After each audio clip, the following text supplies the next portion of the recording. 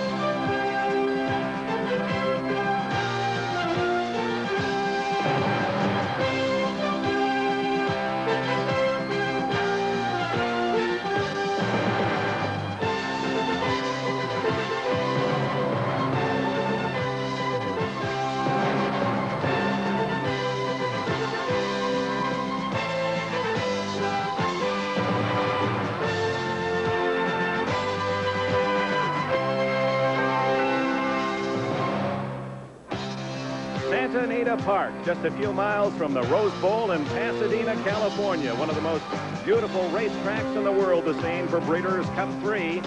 Located at the foot of the majestic San Gabriel Mountains, $1 million setting today on a beautiful weather afternoon Saturday.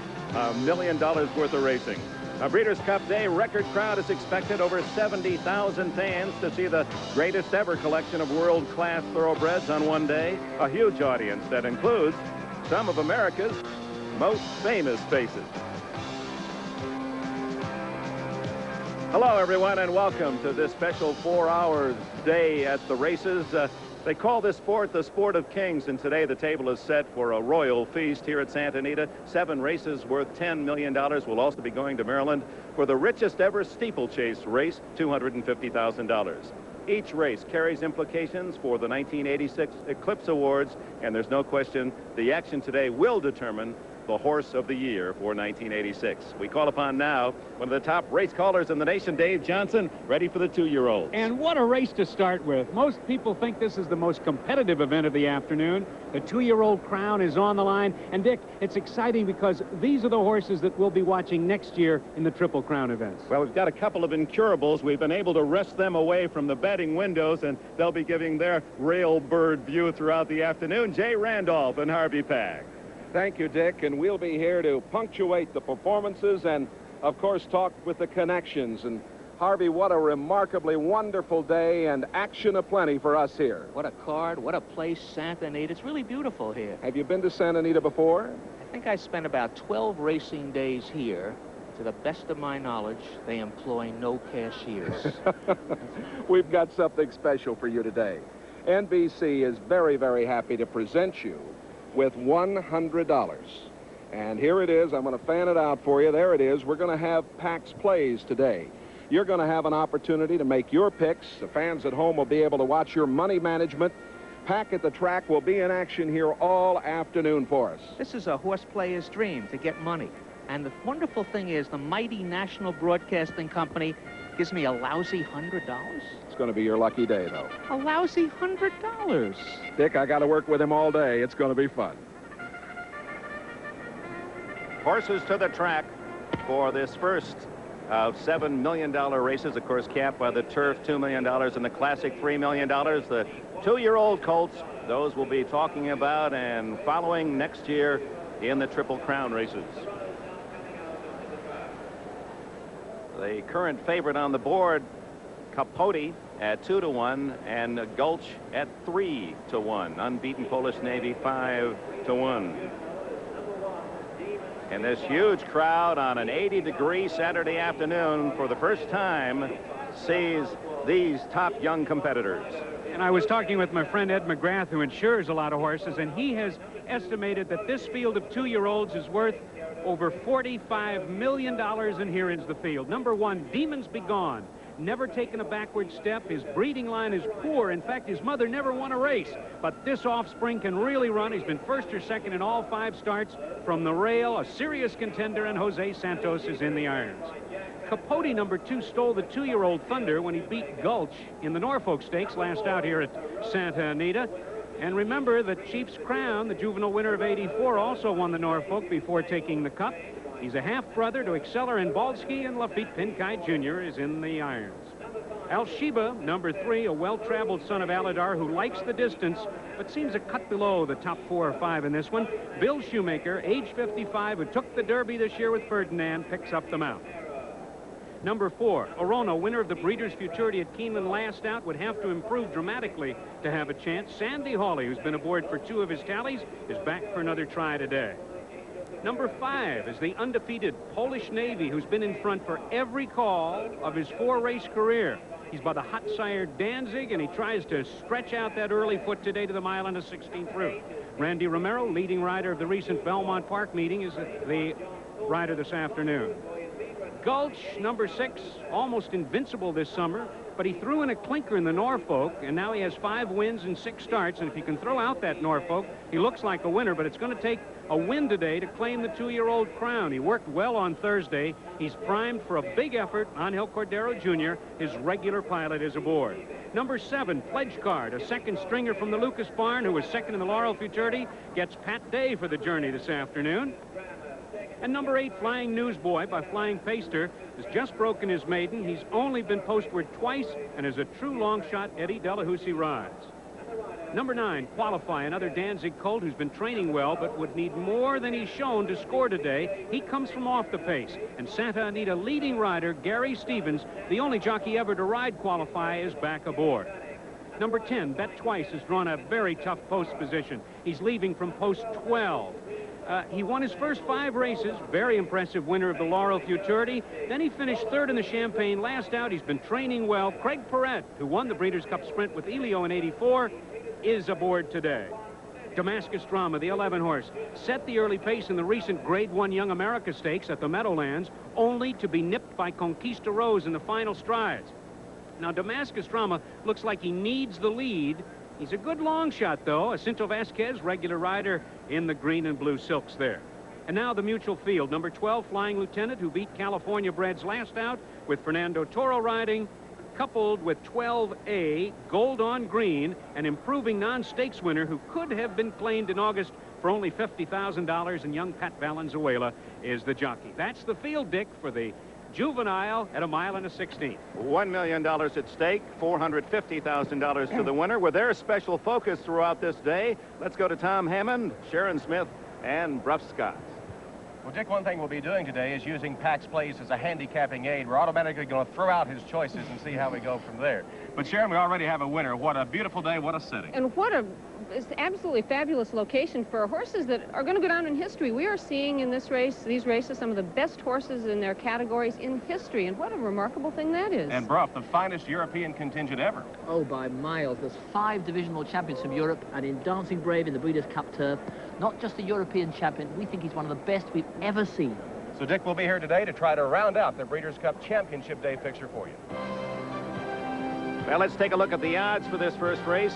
Throughout the day, NBC's first and only system provides you with exactly the same odds as those that are watching here at the track. Our computer plugged into the track totalizer. A morning line favorite, and the favorite at the moment is Capote, the number 2 horse, with Gulch, the second choice of those who will wager here at Santa Anita.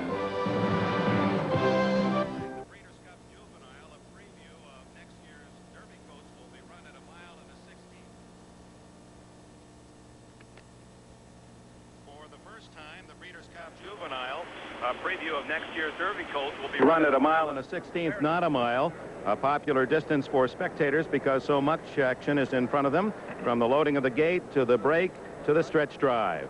The last 2 years, this race has run at a mile because of track configuration that didn't allow enough run going into the first turn. And here are the top colts. The Breeders' Cup Juvenile for 2-year-old colts and geldings. Polish Navy has come out from New York. The Ogden Phipps Dandy is 4 for 4 on the year. Demons Begone, the elocutionist colt, has never finished worse than second. and Bet Twice has lost only once in 6 starts. Here's the Champagne at Belmont Park. That's Polish Navy along the inside. Demons Be Gone comes up alongside of him. Bet Twice is trying to come on from third. He'll bear in a little bit. But watch Polish Navy. The inside of this track is a little bit deeper. Watch him dig in and repel the charge of Demons Be Gone. That's a sign of class that could win today's race. Capote by Seattle Slew has won 2 out of 3. The Mr. Prospector colt, Gulch, has won 5 of 6. Leroy Jolly passed up the Champagne at Belmont to get a race over the Santa Ynez Strip. He got the race, but he didn't win it. Capote puts him away by 1 3/4 under Lafitte Pink Eye. Those two, they'll meet again today. And it should be a very exciting confrontation. We're ready for Mr. Pack's first play of the day. You've got 100 from NBC. Here you go. Big deal. It's very chauvinistic play. I think the Champagne was a faster race than the Norfolk. I happen to think so. So I'm going with the 3 horses out of the Champagne. Demons Be Gone, Polish Navy, Bet Twice. I'm going to go with Demons Be Gone, $10, 10 big dollars to win.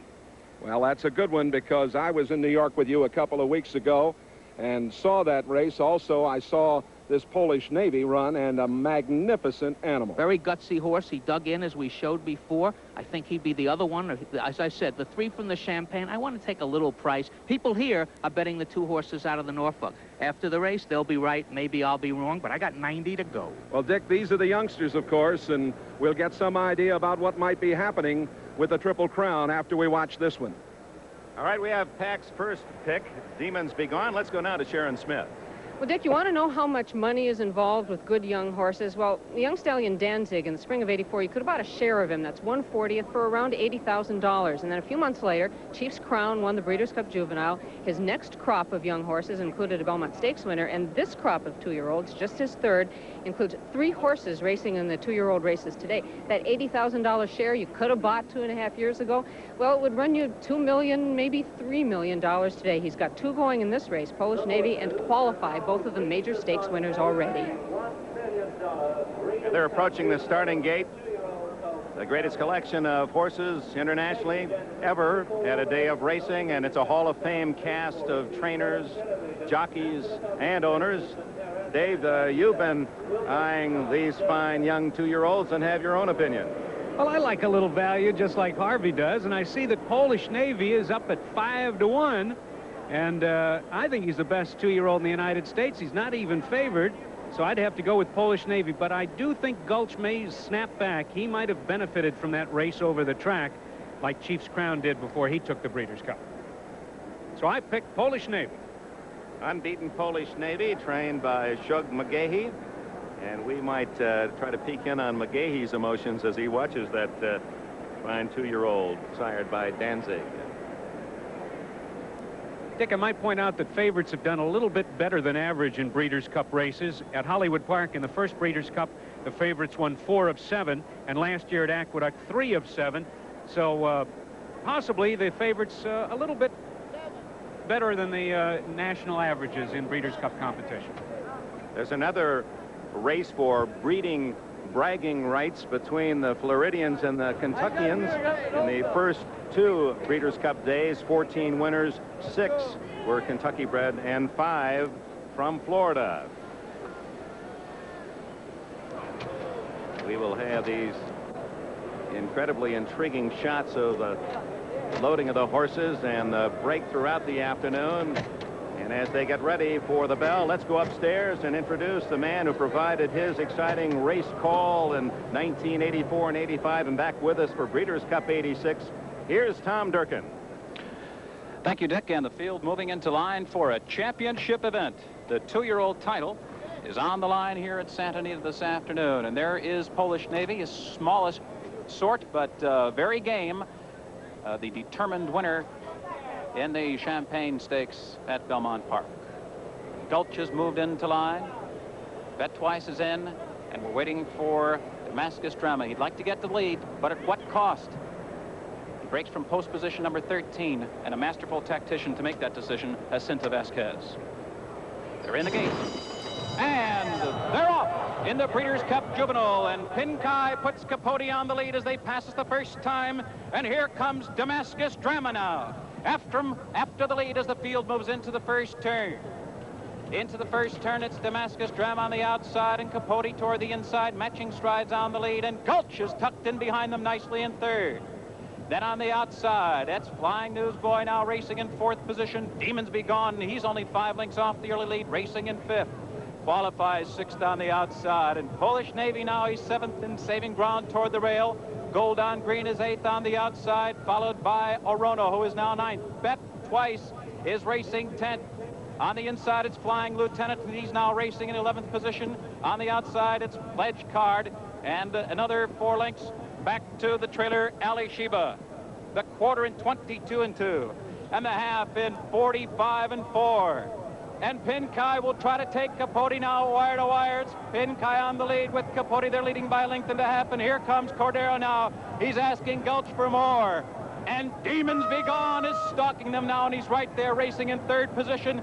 And here comes Qualify, and he's found his best stride. He's only 5 lengths off the lead as the field comes to the top of the stretch. Polish Navy is just in behind him, and Bet Twice swings out for racing room as the field turns for home. It is Capote in front and driving hard. Qualify gaining ground in second with a furlong to the wire. Capote is full out to hold the lead. He's there by 2. Qualify trying to catch him from the outside. It is still Capote. Qualify with one final surge. No, Capote has won it. And Lafitte Pinkai with Capote going on to be the 2-year-old champion colt of 1986. Named after a ridge of mountains in southwest Texas, Capote standing tall today. This 2-year-old Kentucky bred, ridden by Lafitte Pinkai, the Lone Star early here at Santa Anita. Gene Klein, Barry Beal, Lloyd French Jr., the owners of this 2-year-old Kentucky bred Capote. And D. Wayne Lucas strikes early with his dynasty as Capote, wearing the white bridle, skims the rail, turns for home, repels a big challenge from Qualify. That's Gary Stevens wearing the pink colors on the inside. Gulch just doesn't have it. And through the stretch, it's going to be Capote, the wire-to-wire winner, carrying that 122 pounds through quick early fractions of 22 and 2 and 45 and 4, the mile in 36 and 4. But it is Capote from Flag Fall to That's All. Capote with Qualify second, and long shot Ali Sheba unofficially is third. Royally bred by Seattle Slew, Capote, an $800,000 Keeneland yearling purchase, and now has won 3 of 4. Those the unofficial results of the $1 million juvenile, the first of 7 here at Santa Anita on Breeders' Cup Day.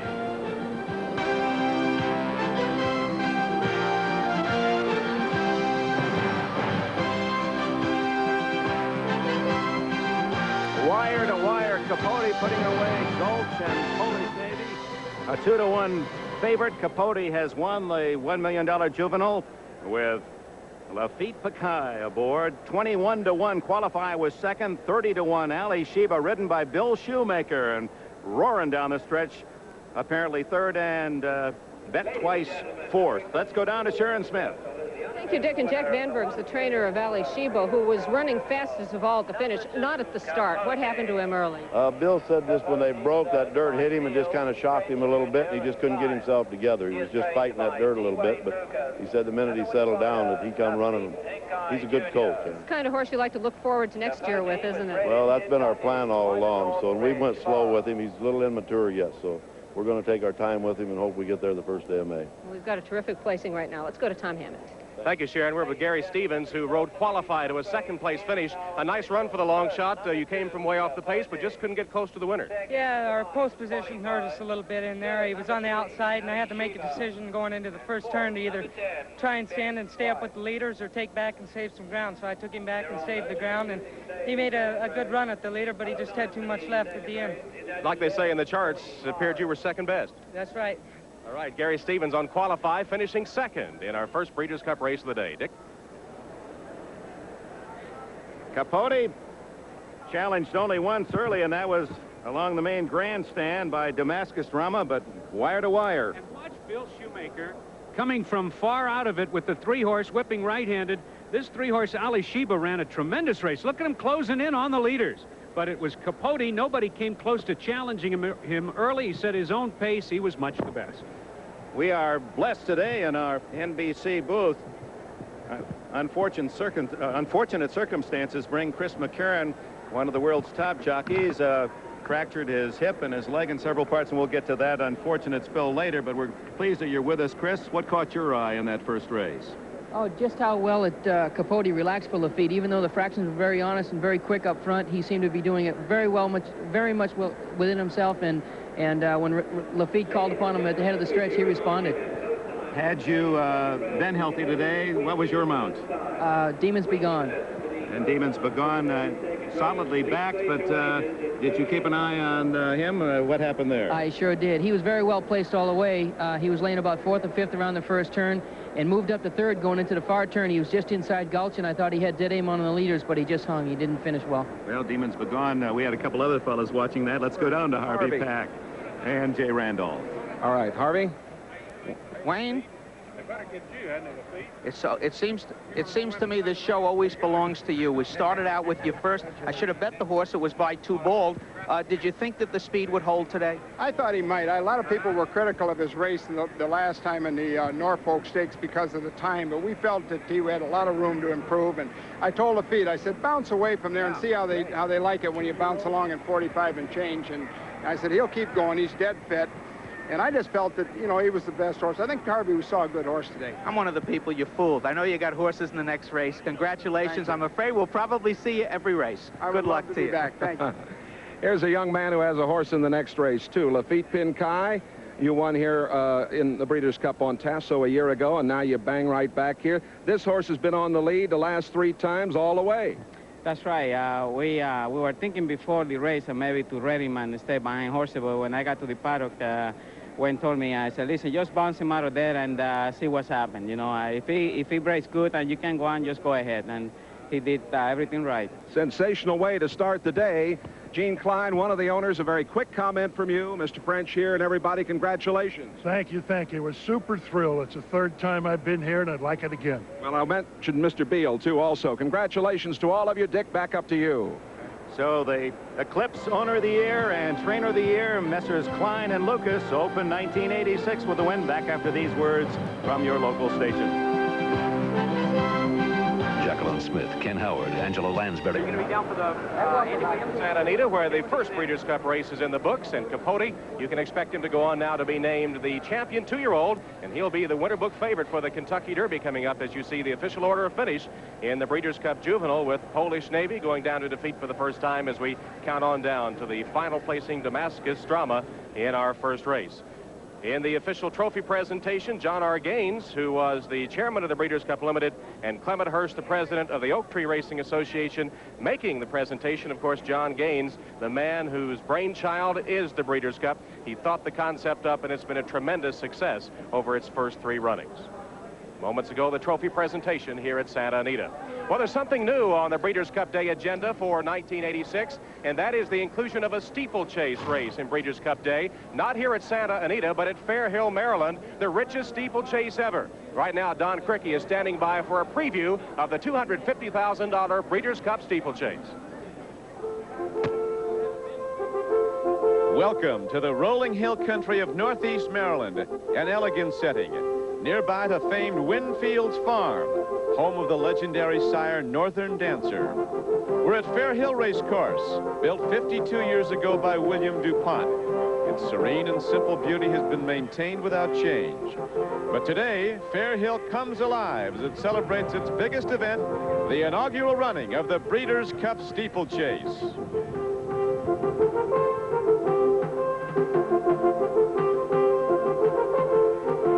Good afternoon, everyone. Don Cricky with Richard Pittman, a former leading steeplechase rider in Britain, now a racing commentator for the BBC. It has been said that in the equine world, The Steeplechase horse is the best athlete.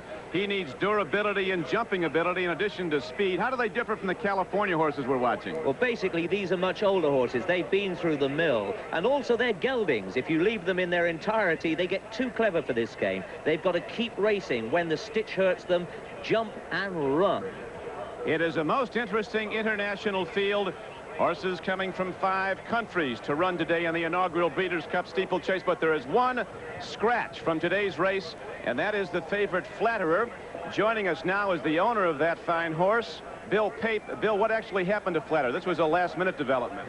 Well, Don, this morning when we took him out of the stall, he was lame behind, and what actually is wrong at this time, we don't know. But he will not run, unfortunately. Definitely not, no. And he went out as an odds-on favorite, at least in the early line. It is still an outstanding field, and Richard previewed some of the horses. Census, now the hope of America, big, strong, and handsome. This horse moves well. Look at the power in his front shoulders and in his hindquarters. He looks good. Gacko from France, relaxed here, but when he gets on the racecourse, he explodes. He's quite a time bomb and very proud. Just watch the way that leg strides. He covers a lot of ground. He looked good to me. Kesslin from Great Britain had one run in the USA and won. Although he wasn't quick at his jumps, he came home by 8 lengths. He was striding away and is ready for today. From the same stable is Pont de Loup, this horse bought in Argentina. Well, he's running very well, but look at the movement. He spreads over this fast ground, and that's what they need to be able to do. They've got a bit of jar there. A high-power field of jumpers it is, Richard, and the course they'll run is an equal match. A very formidable challenge awaits. 2 miles and 3/8 run over 16 fences. They'll all be together over those first 2, a tight bend into the back straight, and they'll be jockeying for position. But as they come round to 7, if they're still there, they've got it all to do again. On to 8 and 9 and past the finishing post, but now they'll start to move up to the lead. And I think as they come to 14, 15 and 16, it's a fight to the finish, and who knows what will have unraveled on the way round. The field of 11 is now approaching the paddock area. We're about 1/2 hour from post time. We'll be back for the inaugural running of the Breeders' Cup Steeplechase, but now to Tom Durkin at Santa Anita. The Steeplechase will be coming up from Fair Hill in just about 30 minutes. In the meantime, we're looking forward to the $1 million race for Juvenile Fillies from Santa Anita. Well, on our Breeders' Cup coverage the past 2 years, we've enjoyed the work of Peb, the talented cartoonist to the daily racing form. This year, we've added something new. We got Peb together with Wallace Colvard, an animator with NBC, and for the first time, animated Peb. It really makes the work come alive. And as we get ready for the Juvenile Fillies, you'll see that the crowd is waiting for the arrival of the Juvenile Fillies here at Santa Anita today. The bus stops here, and the Fillies will be on the track soon. We'll be right back.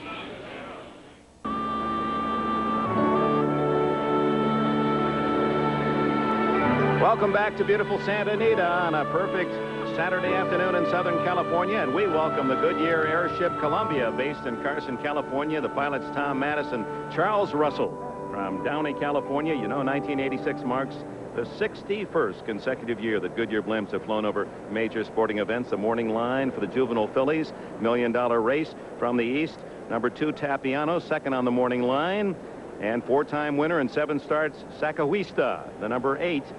At 9.5, the morning line favorite. And we have a scratch.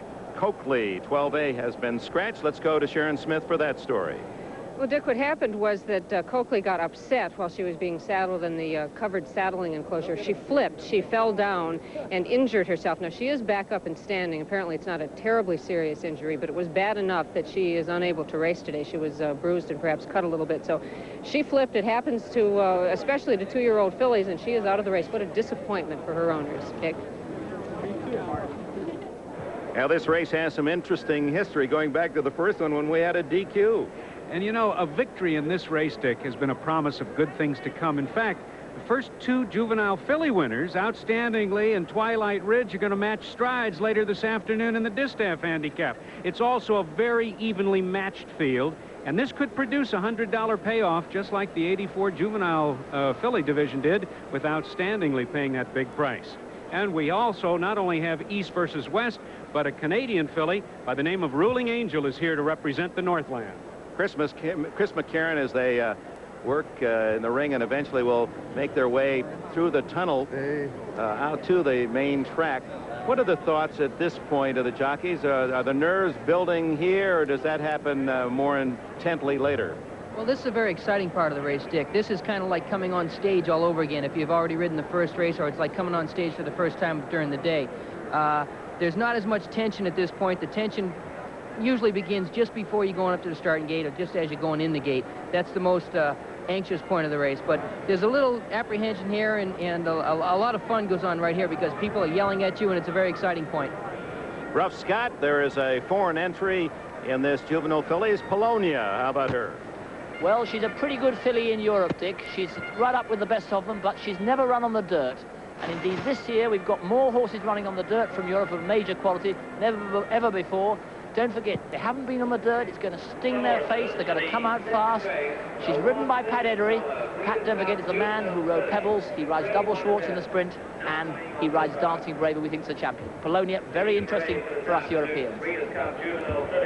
Polonia, the number 9 filly at 25-1, as the folks here at Santa Anita steer.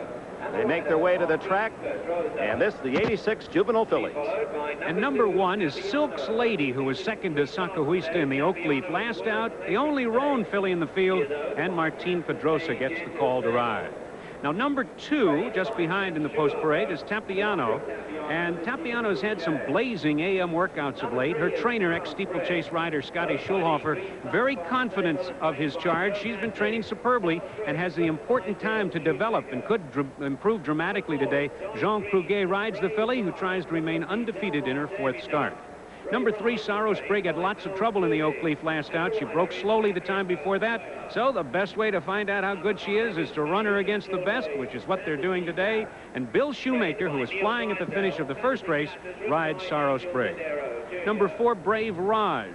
And Brave Raj has won her last 4 outs, all stakes. She's very consistent. Looks like she wants to be close to the lead. Pat Valenzuela is her partner. Number 5 is Fantasy Cat. Fantasy Cat came from off the pace to break her maiden in her last start, which she was 3rd. And Angel Cordero Jr. will be aboard for the first time this campaign. Number 6, Zero Minus, a stakes winner last out at Keeneland in the Alcibiades, has late speed, but it could be too little too late. Sandy Hawley, who had such a fantastic meet at Keeneland this fall, takes the mount.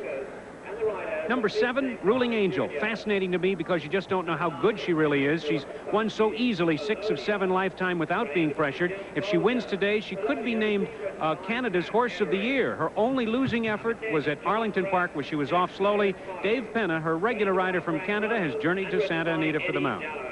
Sacahuista, named after a clump of grass in Texas, was brilliant, winning the Oakleaf last out. She'll be close to the lead or on it. Lafitte Pinkai Jr. tries to win both ends of the daily double. Number 9, Polonia, was bred by Peter Brandt, the owner of Gulch. This is a regular type runner who's near the best fillies in Europe, but she's never won farther than 6 furlongs, and Pat Edery will do the booting. Number 10, Taxpayer Folly, was the terror of Louisiana Downs this summer, and at 13-1 had loads of trouble in the Oakleaf, but this would be a major upset if she scores. Eddie Delahousie rides the versatile filly. Number 11, Prankstress, has won all 4 of her starts in the Midwest, but has not met this level of competition. Gary Stevens, the riding assignment. And Anything for Love, another from the Lucas barn. Wayne, terrific with young fillies, but this runner has had trouble staying and seems to be best sprinting. Pat Day rides the offspring of Seattle Slew out of an exclusive native mare. Number 12, A. Coakley, the late scratch, an exciting, well-matched contest at 1 1/16 for 2-year-old fillies. Dick? Let's go down to Jay and Harvey with their thoughts. Well, I have a thought about the great equine talent here and the different theories that the trainers have coming into the races. Certainly, Capote had 2 races over this race course, and other trainers have had the theory that you can get ready for a big race like this through works. What are your thoughts? It depends on the personality of the horse. Of course, we've just seen the local horse win, but Gulch, who had a race over the track, faded badly. But what we have seen here, the first few days of the week, this track was not yielding to speed horses. It wasn't the old Santa Anita. Now we've just run a race. Capote went out, wired the field. Now we got to watch. All the handicappers we're thinking will go for closers. They will always humble you when they open the starting gate. We'll check that theory system out throughout the afternoon. Dick? Well, it's a pleasure to call upon the thoughts of John Forsythe, who has long been a fan of this sport, a breeder and owner for, what, some 15 years now? Yes, indeed. One of the great excitements of my life is being involved in this kind of racing and this kind of a day. Sorry we couldn't get you better weather today, Dick. Yeah, isn't this delightful? How about the race itself? Do you have a favorite? Yes, you know, these fillies, they're very, very difficult to handicap. But I like, even though a lot of favorites win these kinds of races, I like the 2-horse, Tapiano. She's trained very, very well. And the way horses adjust to this kind of surface, I think, is very key. When you make your picks, do you find that the fillies and mares are more reliable than the boys? There's an old saying on the racetrack, fillies and mares gives you gray hairs. That accounts for their reliability. Good luck today. Thanks for dropping by. And we'll return to Santa Anita Park, the Breeders' Cup Classic Day. Another $1 million race coming up. Fans still filing in at Santa Anita. Capote has won the $1 million Juvenile, the first of our 7 races here at the Oak Tree meeting. Our second race features the top 2-year-old fillies. Again, starting in front of the main stands, 1 mile and a 16th. This race allowing an early indication of how these young ladies can handle the longer classic distances.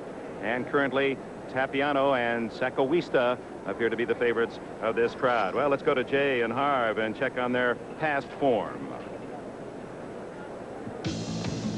The Breeders' Cup Juvenile Fillies. They all carry 119 pounds. Brave Raj, owned by Dolly Green.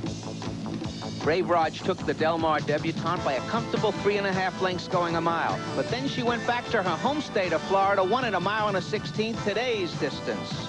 Talented Tapiano, a Florida bred, has won 3 out of 3 this year. She won the Matron. Nice race, 7 furlongs, 123 and 2. But on the same day, breaking her maiden, Personal Ensign ran the distance faster. But let's not forget it, Tapiano is undefeated. Sacoista with trainer D. Wayne Lucas. Winner of 4 of 7 this year. This is the Oak Leaf at Santa Anita. The distance, today's distance, 1 mile and a 16th. The win, 144 and 3, 2 1/4 lengths. This is her home court. That's a big number for her. Wayne Lucas says she's the one to beat. He's probably right. And will Wayne Lucas train the double here this afternoon at the Oak Tree meeting at Santa Anita? You went in the dumper right off the bat. You're down to $90. You don't have to rub it in. But you got under me. I just said that the track is now speed favoring, so I'm going to maintain my stupidity. Tapiano, Sacoista, they're the speeds. Wayne has this horse. She's got a race over the track, was faster than an offer. I'm not going to bet either one of them. Stupidity will reign again. I'm going to our friends in Canada. I'm betting 10 win on Ruling Angel, and I'm saving with a 5er on the Florida horse, Brave Raj. A saver. Well, it sounds good to me. I kind of fancy Ruling Angel myself. Uh-oh. Double trouble. Good luck. Back up to Dick. Ruling Angel currently at 9 to 1. How about the rest of the numbers, Dave? The folks here really like Sacoista. They also like Tapiano, who's bet down to 5 to 2. As we look at the rest of the field, Sacoista getting 2 to 1. Big price on Polonia at 23. Chris McCarron, you talked about your emotions, feelings as you leave the paddock area to arrive at the track. Now the moment of truth as you approach the gate. It's a very anxious point. All the horses have already been warmed up, and you can tell pretty much how they feel under you, whether they feel nice and smooth or already warmed up, and you get a good feel of what might unfold. Now, you say here at Santa Anita they have a new technique in loading that gate. That's correct. In Southern California, actually, at all 3 tracks, the starter decided to change the method by which he loads these horses. He loads them 2 at a time with fields of 8 or larger. That takes away any advantage that the outside horses may have or may gain by not being in the starting gate too long. In other words, 1 at a time. If you're in the gate first and there's any trouble at all, it must feel like you're in there a half an hour. That's correct. It gives the horse either time to fall asleep or time to get fractious. Well, we have the opinions of all these so-called experts. Which of these fillies do you favor? I'm afraid I got to go for D. Wayne again. Sacoista's going to be double tough. She loves this course. Boy, would that be a double, $1 million double? Dwayne Lucas winning the daily double here. A lot of $2 bettors, and he's looking at 2 $1 million races. Let's go upstairs to Tom Durkin for the call. Moving into line here, Anything for Love. She gets away quickly from the gate, but that's when the problem starts soon thereafter. She likes to bear out going into turns. That could spell trouble for Taxpayers Folly, who's just on her outside, and the undefeated but unraced of late. Prankstress. They're in the gate. And they're off. Top Piano is away quickly toward the inside. Anything for Love on the outside. Sakawista is away quickly, and Ruling Angel is sent through in between horses. And it's those four across the track as they hit the first turn. Anything for Love caught a bit wide going into the turn. Top Piano is matching strides with her toward the inside. And Ruling Angel, she's up close racing third. It's 2.5 lengths. And on the inside, Brave Raj is now settled into fourth. And Sakawista right alongside her racing in fifth. She's about 6 lengths off the lead. Zero Minus is now seventh. And toward the inside, Silk's Lady saving ground in eighth. Taxpayers Valley is dropping back. Sorrow's Brig moves through in between horses. And the European filly, Polonia, clear of trouble on the outside.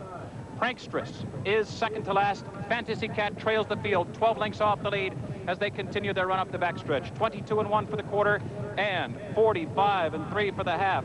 Top Piano and Anything for Love. And Ruling Angel looms boldly on the outside. Those three battling it out. And it's Top Piano now, and she's getting clear. Ruling Angel attacks now second on the outside, and Brave Raj is putting in her run, and she gets through on the inside. She's coming to the leaders. Zero Minus. Saros Brig is now moved within 5 lengths of the lead. Sakawista has yet to find her best stride. She's 8 lengths back at the top of the stretch. And Brave Raj surges to take the lead as they come to the final furlong. The whip is out on her, and she opens up now.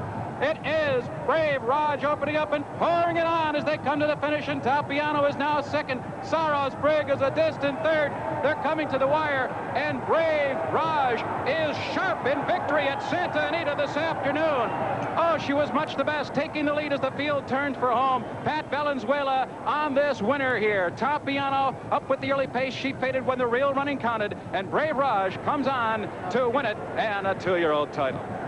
The Florida-bred filly Brave Raj, ridden by Pat Valenzuela. Remember, 2 years ago, Valenzuela in this race was aboard Franz Valentine and was disqualified. He rides a $450,000 winner today. Brave Raj, her 6th win in 8 career starts. Trained by Mel Studi, who trained Snow Chief. He has to be just as proud of Brave Raj this afternoon. Watch Valenzuela threading the needle there, taking dead aim at Top Piano. And as they turn for home, it's going to be Valenzuela with Brave Raj. Watch through the stretch as this filly bears in the whole way. He's switched to a left-handed stick to keep her from off the rail. No avail. Took a hold of her reins again. She bears in through the entire lane. But as you can see, she's so good, nobody's around. And she's going to win it easily. The Breeders' Cup Juvenile Fillies in 143-1. With Top Piano second under the wire and Saros Brig up to be third. Thread the needle again, Pat Valenzuela. Kruge has Top Piano on the lead. Here comes the 4-horse Brave Raj. Ruling Angel with Dave Penna in a bit of tight quarters, so he just drifts on out with the Vice Regent filly. But it is strictly Brave Raj, home free. Unofficially, Brave Raj off at 4-1 with Top Piano, one of the favorites, second.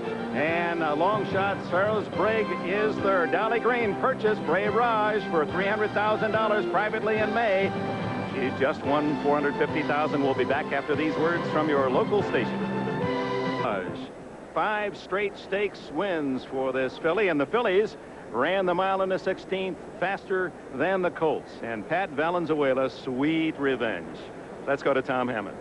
Dick, we're with Wayne Lucas, who won the first race with Capote. You had the favorite Sakawista in this one. What happened, Wayne? Well, Lafitte didn't really have a concrete excuse. He just felt that she didn't get a hold of the racetrack. She didn't lay up her customary close pace like she usually does. And I think that they all have their good days and their bad days. And I think she just had a flat race today, which is something we try to avoid, but it happens in racing. And she'll be back. She's a good filly. All right, thank you, Wayne. Let's go to Jay Randolph. All right, and with me is a man who's had great success this year, Mel Studi. Wonderful run here today by this horse. Yes, she did. She even run better than I thought she could, and I think a lot of it. Folks back east will remember that you trained the Preakness winner, Snow Chief, and this has got to be a tremendous thrill for you. Yes, it is. It just all happened to me now at the right time in my life. Everything seems to be going right. Now, don't you think that mile to 16th at Calder, which is a little bit of a tiring strip, really got the horse fit for today? I believe so. I really believe it helped her. It was a hard trip on her in the sense that she had to do a lot of flying. The weather was rather humid, but she came back and adapted very well She's here. certainly quite a filly. Very impressive. Thank you. Good luck to you, sir. Thank you. All right. Here's the rider.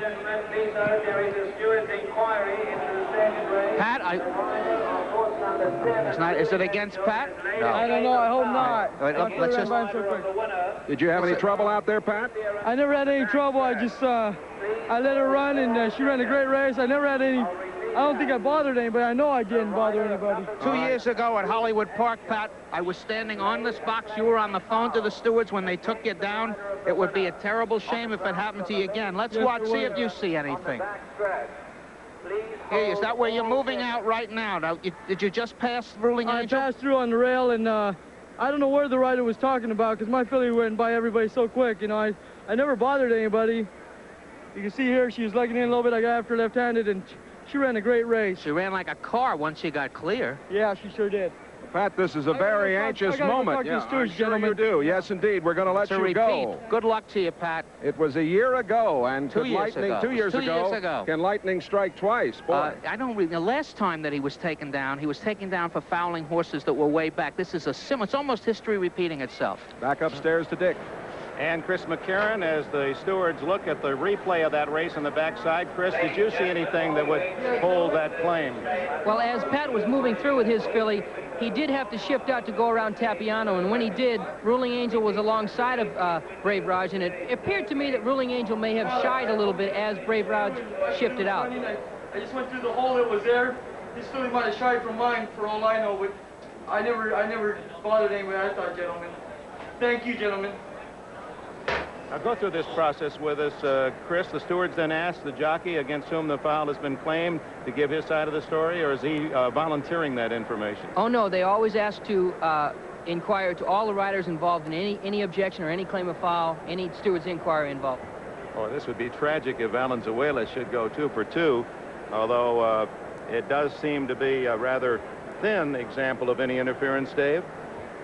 I don't think they'll take him down. I really don't believe that Ruling Angel was bothered at all. But as you can see, the stewards do check the videotapes from all these different angles, and they want to make absolutely sure. $450,000 check it is. Sharon?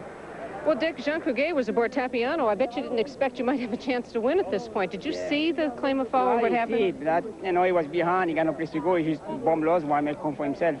You think you have a chance to be put up there then? So. Your horse ran a pretty good race, didn't she? Oh, yeah, she ran very good. You know, anytime you get big, you're disappointed, but, you know, we're very happy in here. That was a good effort. Well, here's a man who's waiting eagerly. Let's go back to Dick. No change is the ruling of the stewards. So officially, Brave Raj is the winner of this 1986 Breeders' Cup Juvenile Fillies. Tapiano second. 12-1 outsider Sarah's Brigg third. And the favorite, Sakawista, fourth. Jay? The great ladies of the turf. Dolly Green here with me. You're a happy lady right now. I certainly am. This is a wonderful moment. You have a new trainer. He's done a wonderful job for you, and this is a big capper for you today, Mrs. Green. Yes, thank you. It really is, and he's a marvelous trainer. And I know that this is your home area, and to win a Breeders' Cup here at Santa Anita is special for you. It is, and I'm very thrilled. I can't really believe it's happened. Well, you're one of the marvelous patrons of the game. Continued success to you. Oh, thank you so much. Back up to Dick. Brave Raj, Dolly Green, proud of the winner. And so are those that collect $10 for the win, $5.20 to place, $4.40 to show, $5.40 and $4 to pay off on Tapiano, and Sarah Sprague, $7.40 for third. And we'll return to the Breeders' Cup at Santa Anita in a moment.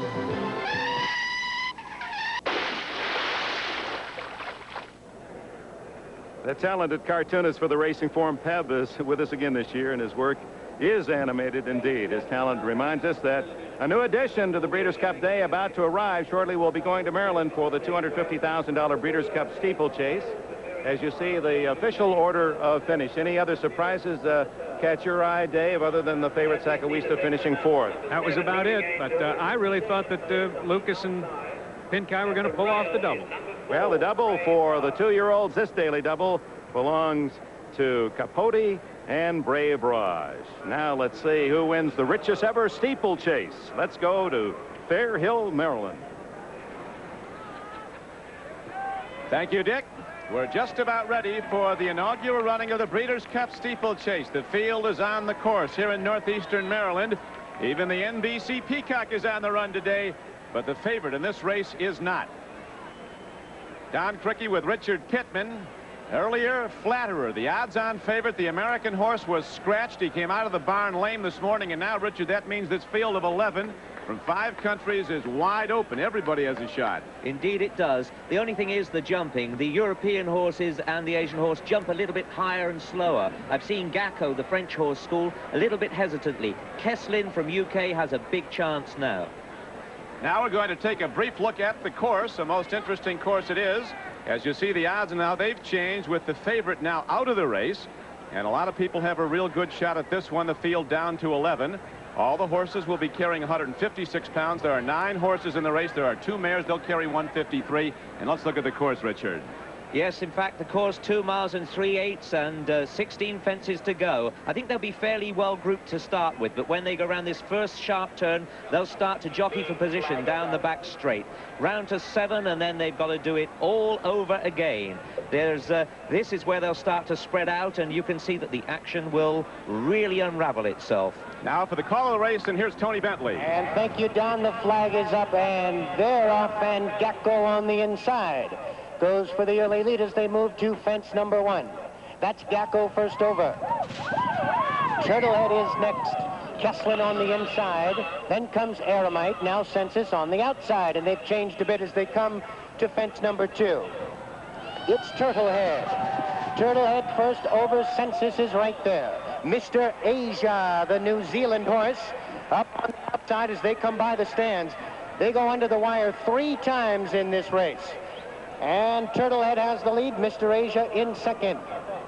Census is next. Aramite on the inside. Gacko right there on the outside. Then comes Joe Broke. He's racing in 7th. Next is Pondaloo, the Irish mare winning Nora on the outside. Then comes Kalanko, and Palais Rose trails down the back straight. This is fence number 3. It's Turtlehead by a length and a quarter. Mr. Asia in second. Census is third, a length and a quarter. Kesslin in 4th. Aramite 5th on the inside. Gacko is 6th. Joe Broke next, racing in 7th. Winning Nora is next. Pondaloo, Kalanko, and Palais Rose. And these 11 are tightly bunched. And there was a follower. It was Mr. Asia. Mr. Asia was a follower as they move into that far turn now. And after the spill, Gacko has gained on the outside to challenge Turtlehead, but it's still Turtlehead with the lead. Gacko is next, now Census in 3rd. Gap 5 a length and a half now. Pondaloo on the outside, and Kesslin. Once again, Mr. Asia was a faller as they move into the straight now. This is the 7th of 16. And down the straight, Census and Turtlehead are heads apart for the lead. Gacko now on the outside to challenge. As they come by us now, they've got 2 more under the wire to go. This is jump number 8, and it's Turtlehead heads apart with Census and Gacko. Aramite is next. The field all jumping well as they come by us now. Yes, in fact, the French mare on the outside is going very well. You can see that she's jumping faster than she has before. They've just got 1 complete circuit as they go under the wire now, and the whole field within striking distance. The last at the moment is the Grey from France, and Palais Rose, this one, but it's the way it runs. As they go round the bend into the back straight, this is where the race really quickens up, and you can see now they're just beginning to stretch, but the back markers are trying to get back in the race. Kesslin 4th ahead, winning Nora the mare on the outside in 5th. Then it's Joe Broke racing 6th. Pondaloo on the inside 7th. Aramite is 8th. Palais Rose now gains a bit, and Kalanko trails. And down the back straight for the last time. Can Census hang on for the United States here? Gacko, the French challenger, on the outside. Turtlehead is next, and Pondaloo now on the inside. Aramite is next. And into the far turn now. They bunch up for the lead. There's Gacko on the outside challenging. Census still hangs on to it, though. Turtlehead is next, then Pondaloo on the inside. Round that far turn they go. Census now opens up a bit of daylight. Census by 2.5. Turtlehead is next. Kesslin on the outside. Gacko has dropped back now. Top of the straight now. 3 fences to go. And it's Census with the lead. Kesslin on the outside is next. They've got 2 to go now. Census has it by a half. On the outside, Kesslin challenges now. Turtlehead is next, then comes Pondaloo. Now, 1 to go. Census, Kesslin on the outside now. Less than a furlong to go in the Breeders' Cup Steeplechase. Census, can he hang on for the United States? He's got it by 2.5. Kesslin on the outside next. Pondaloo on the inside. There in the final 16th of a mile. It's Census. Census with Jeff Teeter aboard. He's going to win the Breeders' Cup Steeplechase. Census of the United States wins it. Kesslin was next, and Pondaloo finished third. Back to you, Don and Richard. Thank you, Tony. So with Flatter out of the race, Census, considered second only to Flatter among the top U.S. steeplechasers, is the victor in this inaugural Breeders' Cup Steeplechase. Very strong run, Richard Pittman. Well, he'd be bang up with the leaders most of the way. He was keeping out of the trouble and jumped beautifully. But a great run from the British horse Kesslin. Now you can see the big white face there of Census. You've seen that for a long time. On the inside, in the grey colours, Pondaloo coming with a nice challenge there. But Kesslin is on the outside. Census, he asked for a big one at the last, and he gets it. Very quick with the whip as they go for home here. Jeff Teeter, he's not going to make any mistakes. There's a big prize on offer.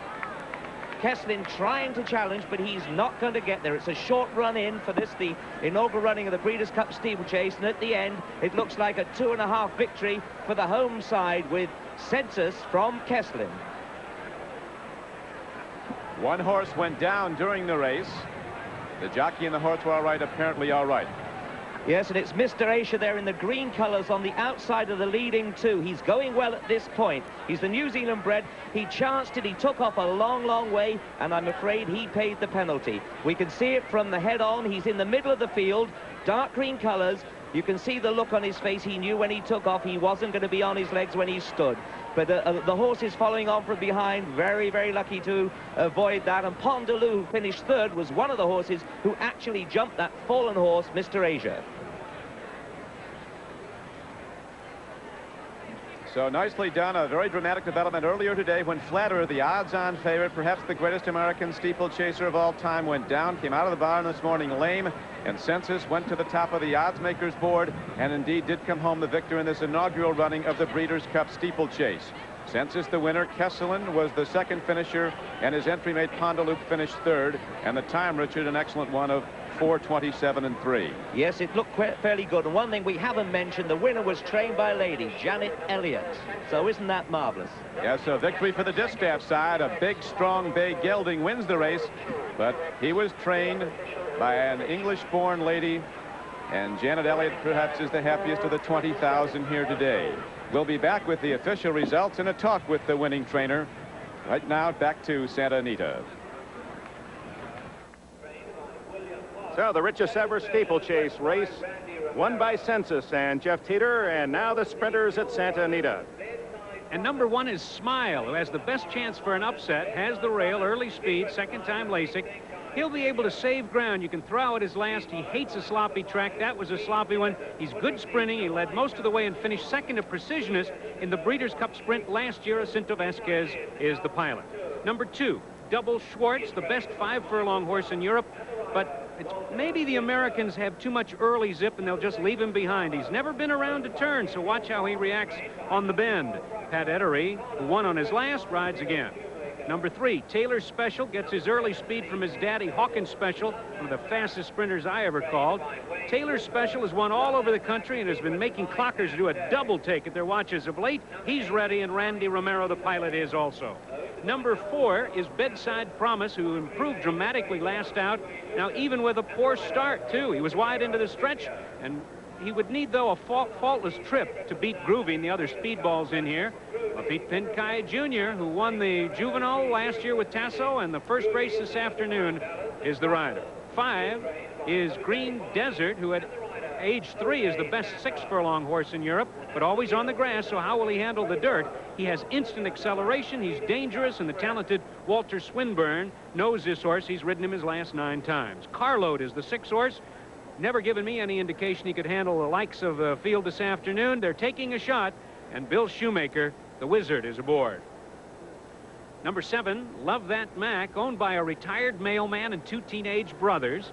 29-year-old trainer Wayne Widmer claimed this horse for only $50,000 last September. A Cinderella story here in the Breeders' Cup, Dick. Pat Day tries to finish off their fairy tale. Number 8 is Pine Tree Lane. Here's a horse that was purchased for only $22,000 as a yearling. The only filly in the sprint, so she gets in at 123. Pine Tree Lane, a runaway winner last out at the Meadowlands, beating Laser Show and Jean's Lady. Angel Cordero Jr. will have her close to the pace. She looks like she's the only one that can run with Groovy. And on the outside, that speed freak Groovy, who won the ancient title here at Santa Anita, carrying 123 pounds. His weight package today, because he is a 3-year-old, 108-1 last out. He has had some awesome races before this year's Triple Crown. He disappointed in the Derby and the Preakness, moved to Jose Martin's barn this summer. He's been sprinting with Abandon, and Jose Santos rides the odds-on Texas bred. Don't go away. We'll be back with more from Santa Anita after this timeout. We're awaiting the 6-furlong Breeders' Cup Sprint. For that first half mile, this class of sprinter will be going about 38 miles an hour out of the gate. $2 million races featuring the top 2-year-olds in the nation and the world have been won. Capote wins the 2-year-old colt. $1 million race, the Juvenile, and the Juvenile Fillies won by Brave Raj convincingly. Brave Raj, $10 for the payoff. And in the Steeplechase, the richest ever, $250,000.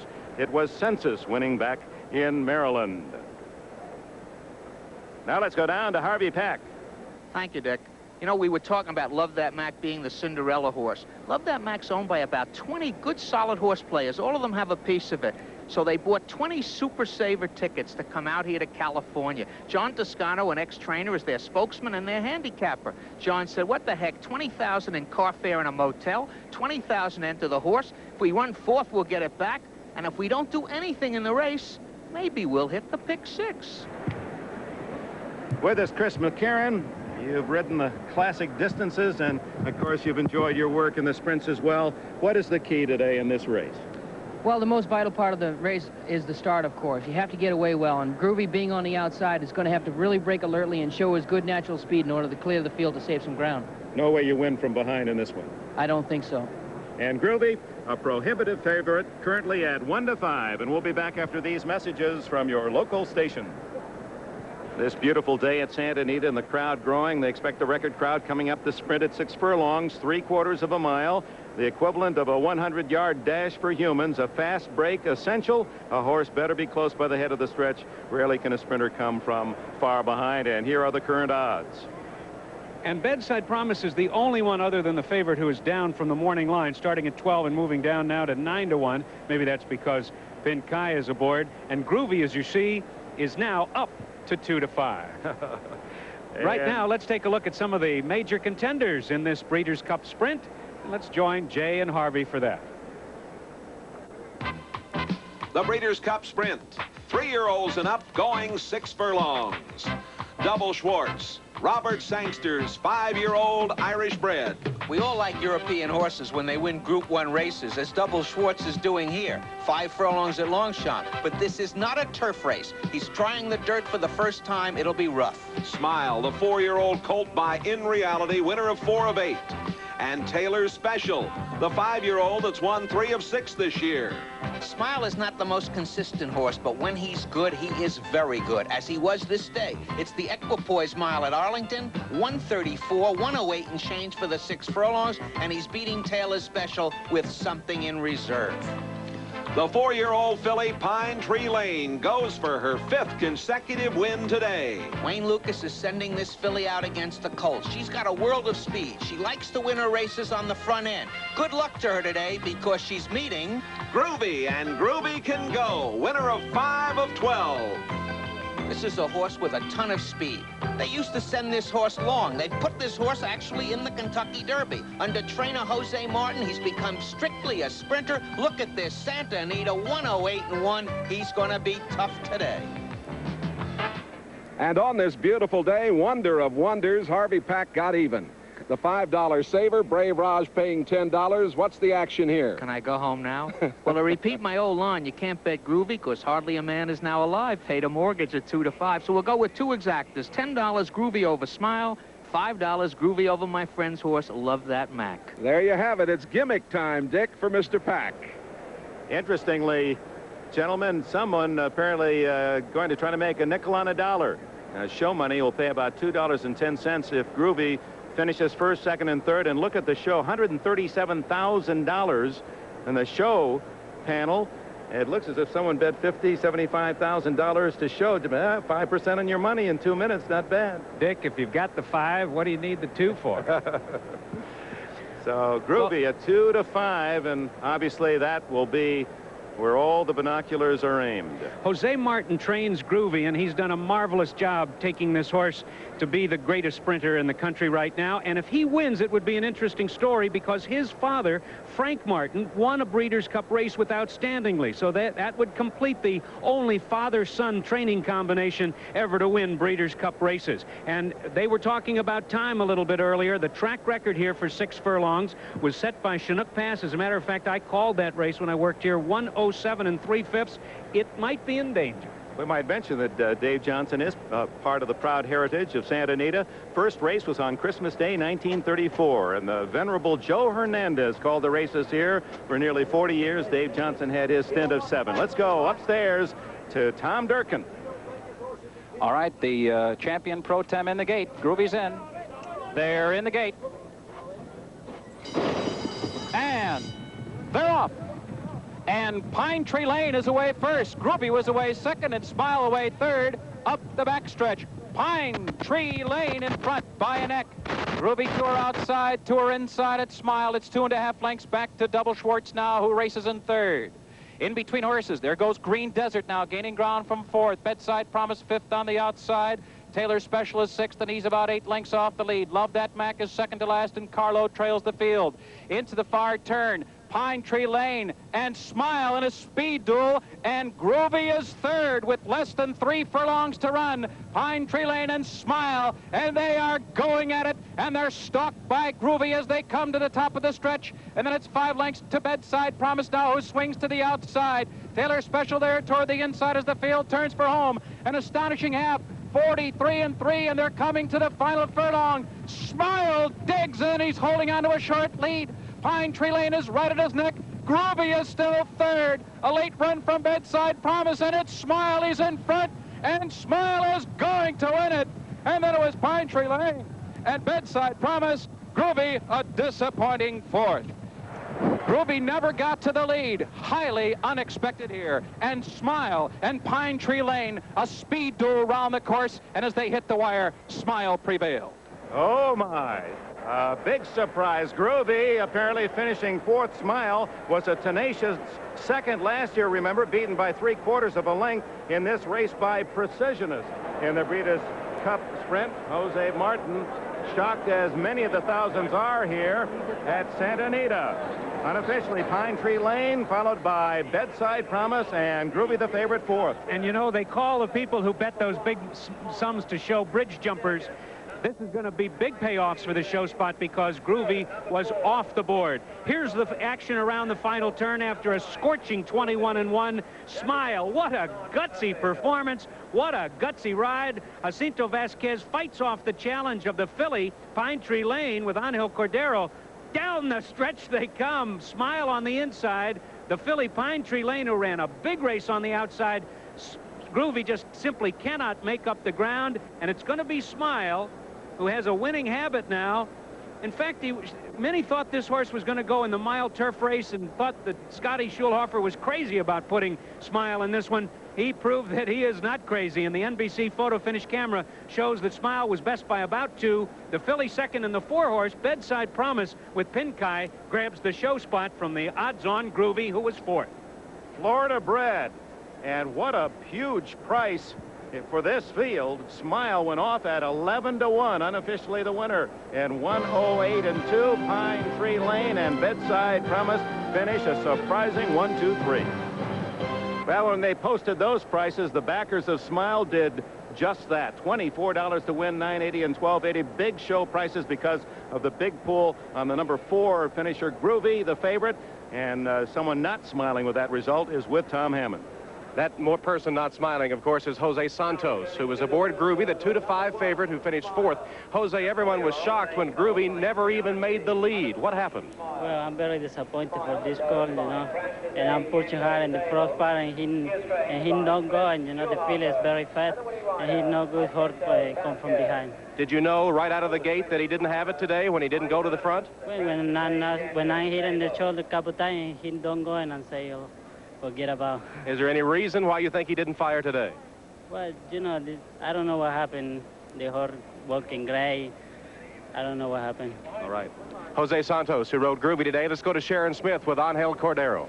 Well, Angel was aboard the second-place horse. This filly ran a terrific race. Got herself a nice paycheck, too. She did. She ran a big race. Smile ran a big race today, probably the biggest race of his life. And this filly probably ran her biggest race of her life, too. She ran real game. Do you think you played a part in Groovy being beaten by going out there so quickly? Well, she's natural fast filly. She's very fast. And even so that Groovy's only giving him 1 pound, she was able to outbroke him and to outrun him with no problem. I wasn't even sending him, and she outrun him pretty good. The other horse was game. I could not clear him to drop in, and he got the rail, and he outrun me the last part. Well, one thing good about the Breeders' Cup is that second place is worth a lot of money as well. Let's go to Jay and Harvey now. Well, and it's a happy bunch here, of course. Jacinto Vasquez, the man from Panama, and this horse on the lead and really dug in here today. Well, he broke very well. I lay in third or second, third for a while. Then I'm going in the turns. I move up right inside the other horse in the lead because it was time to hold my ground. We've got an isolated replay of Smile, number 1, the Francis A. Jenter stable, and you are in very good shape here. Yes, well, I had enough force just to get inside him, Cordero outside of me, and he was running very easy at that time. Were you surprised that Groovy wasn't on top? Well, he's been working fast, and but I've never been scared of Groovy. All right. Maybe you're right, because in all honesty, your horse is the only one, Scotty Schulhofer, the trainer, that was fast enough to beat Groovy. Maybe not out-sprint him. Were you a little shocked when the filly beat Groovy for the top? No, I kind of figured they'd be trying to take the lead off of Groovy, and like we talked, that if he could be close enough, he might cut the corner and keep coming. This has always been a good horse. In fact, a super horse. Is it sound? Because his races are a little spacey. Well, as a 2-year-old, he had chips in his knees, both knees. They were operated on. He's basically fairly sound. He has some foot problems, but other than that, he does, you know, he stays pretty sound. Scotty, you had a lot of pressure on you today because your owners wanted to go in the mile, frankly, and you said, let's sprint. Well, not exactly. We kind of talked it over together, and we came to the right decision, I think. You sure did. Congratulations all around to Smile.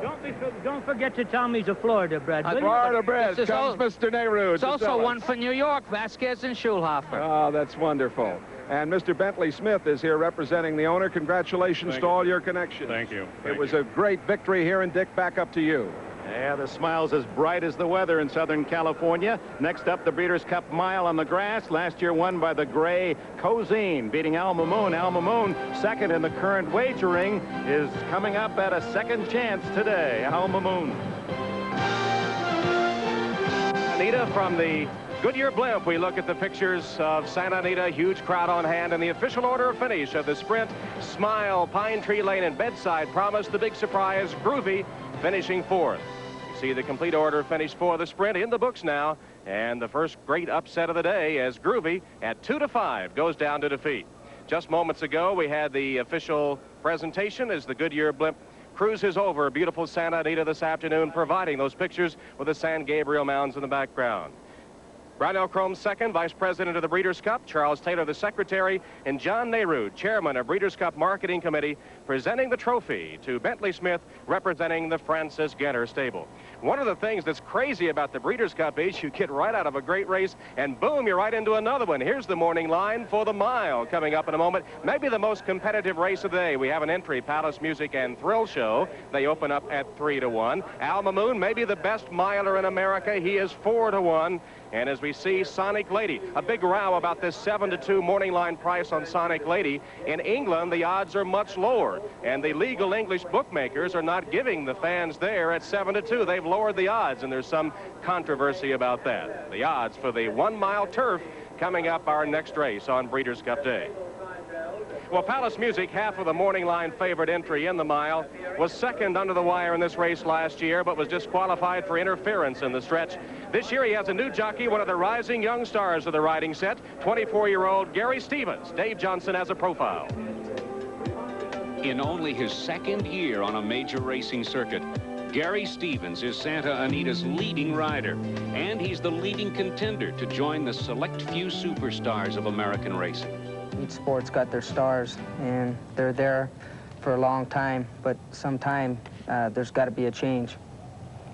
And now that it's happening, you're there. But how long are you going to be on top, and how long do you want to be on top? Well, that's hard to say. I want to quit my career while I still am on top, whether that's in 5 years or 15 years. I don't want to quit when I'm going down. I want to quit and be remembered as a top rider. From his first win on a horse trained by his dad to his tally in this year's Marlboro Cup, Gary has shown an intuitive way of communicating with his mounts. Something inside of me, when I'm on a roll, when things are going good, I know that I'm going to win on certain horses that I ride. I don't care if they're 20-1 or 15-1. I know I'm going to win when I go out there, and I feel like every horse has got a chance. And the horse seems to know the same thing. You go in the starting gate, they've got their ears pricked up, and they want to race. The dangers of the game. Gary's wife and 2-year-old son watched this spill 3 weeks ago. His wife is from a racetrack family herself and understands the risks. But how do the kids cope with it? He kept asking my wife, Tony, was Daddy hurt? Was Daddy hurt? And the next day at the races, he said, I don't want Daddy to get hurt, and kept saying it over and over. But I don't know, they're little kids, and they're going to grow up with it. They really got no choice but to grow up with it, and they'll understand it. When the time comes around, they'll understand what's going on and the risk that is involved. Gary devotes time to his children and relaxes at the drums when he can. But being the best on the racetrack is his obsession. You like being a jockey. I love it. I wouldn't trade it for anything in the world. Well, what's the one thing you like about it the best? I name my own hours. I get up at 6 o'clock in the morning. I'm up and out in the fresh air. There's people that pay money to go horseback riding on Saturday afternoons, and I'm getting paid for it, and I wouldn't trade it. Gary Stevens on Palace Music today. Here's the fertile imagination of Peb, robot jockeys. Never happened? Peb, this has already happened. Birmingham, Alabama, Hackney ponies ridden by robots and controlled by joysticks. There's one Harvey bit on. Running last again. Harvey, which of these robot jockeys do you like best? Look at the way they handle the stick. We'll be back in just a moment after a word from your local station.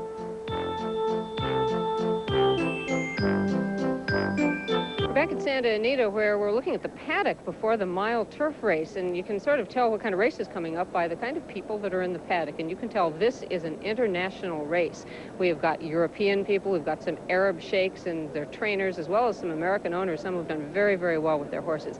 It being the kind of a race that American horses like, that European horses like, and it's a lot of excitement here in the paddock amongst the owners of these very, very valuable horses. Let's go back to Dick. All right, Sharon, Sonic Lady, currently the favorite here at Santa Anita at 9-5, the only filly in this Breeders' Cup mile. Alma Moon, this is his track at 2-1, the second choice. We're minutes away from the mile on this turf. A packed field of 14, Chris McCarron, and the race into that first turn will be a key. There's not much track from the start to the clubhouse turn. That first turn should be dicey. That's exactly true, Dick. They haven't run too many mile turf races on this course in the past, and it's simply for that reason that it is a very short run to the turn, and with 14 horses gunning for that turn, it's going to be very exciting to watch these horses, how the race unfolds. You don't want to be one of those outside horses in this situation. Ironically, two of the fastest horses in the race have drawn well outside. Trucemaker and Amangaki have the 12 and 13 posts. and it's going to be something to see these horses gun out of the gate and have to try to get over to save some ground. Well, you're recovering from a terrible spill yourself. You can't be too delighted at the challenge that faces these 14 jocks in this race. Yeah, that's true. I'm a little disappointed about it, but I'm certainly happy to be where I am right now. Yeah, they leave the ring, make that trip here at beautiful Santa Anita through the hedges and to the tunnel and eventually onto the track. And anticipation grows as 14 challenge the mile distance on the turf. The turf course here at Santa Anita is 9/10 of a mile, so they'll just start a 1/10 of a mile off the finish line around once. And here they are. And it's the first lawn party of the afternoon at Santa Anita. We have an entry and we have a mutual field. Here's #1, Palace Music, who has to take the worst of it tactically. If he stays on the rail, will Gary Stevens be able to get through? That's a million-dollar question. Last year, he finished second in this race, but was disqualified and placed 9th. A serious contender who is coupled in the wagering with #1A, Thrill Show, who also drew badly, post 14 on the extreme outside. That almost eliminates this 3-year-old that Cash Asmussen will handle. Sponsored by Michelob, this mile is on the turf, but #2 Hatim has always been better on the dirt than the turf, and I think his owners knew that. They just couldn't beat the likes of Precisionist and Turkoman in the Classic, so they opted for this 8 furlongs. On the side, Eddie Delahousie is the pilot. Glow is #3, a top stallion prospect who's going to be going to Europe.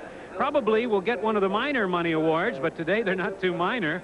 And trainer Woody Stevens has had the magic touch this year. Eddie Maple, one of my favorite grass riders, is aboard the 3-year-old who carries a 123-pound weight package. #4, Double Feint, is a solid turf competitor who had serious traffic problems last out, is a 5-time victor on the turf, and Angel Cordero Jr.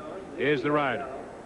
#5, Last Tycoon, the best sprinter in Europe, trying to stretch out his speed, Yves Saint-Martin, 15-time French jockey champion who took the Breeders' Cup turf with Lashkari in 84 rides. And here's the horse the locals love, #6, Al Mamoun. If I could find one word to describe him, it would be ready. Jay Privman of the Los Angeles Daily News pointed out 2 big pluses here. This horse runs great off a layoff and loves this turf course. He's got them both this afternoon. And Bobby Frankel has this 5-year-old son of Believe It primed for a big trip. Pat Valenzuela looks for another win this afternoon. #7 is Sonic Lady, a 3-year-old who's been beaten only once in 8 starts. The Europeans very high on this one. A nice break in the weight. She's won her last 5 all graded stakes. Walter Swinburne, who's getting to be a regular at the Breeders' Cup, is the pilot. #8 is Air Display, a 3-year-old, not much in Europe, but he did win the Volante handicap here at the Oak Tree meet 2 weeks ago. Fernando Toro, the king of the turf course, is the rider. #9, Magical Wonder, is a horse who's improved when he was ridden by Jorge Velazquez, who now lives and rides in France. They teamed up for a tally last out at Longchamp a month ago. Magical Wonder is one of the 8 3-year-olds in this race. #9, Mangaki, had a year off in 1985 and only 4 races this year. He finished a neck off Palace Music last out, and I wouldn't be surprised to see Pinkai rush him to the front. The 11 horse is Trucemaker, also endowed with early foot, an amazing 8-year-old who keeps grinding out the powerhouse races for his owner, Greer Garson. But the post position is awful. Frank Olivares has a tough job today. And the mutual field, Lieutenant's Lark, talented, runs well, fresh. Trainer Howie Tesher claims he's never had a truly firm turf course, and he's going to go crazy this afternoon. Pat Day, who's never ridden him before, got the mount. And the other half of the mutual field is Fred Astaire, who won his first 4 grass starts and was beaten only 2 lengths in the recent Man o' War. A gutsy performer with a shot, and Randy Romero rides. Fred Astaire this afternoon. That's the field for perhaps the best betting card of the afternoon.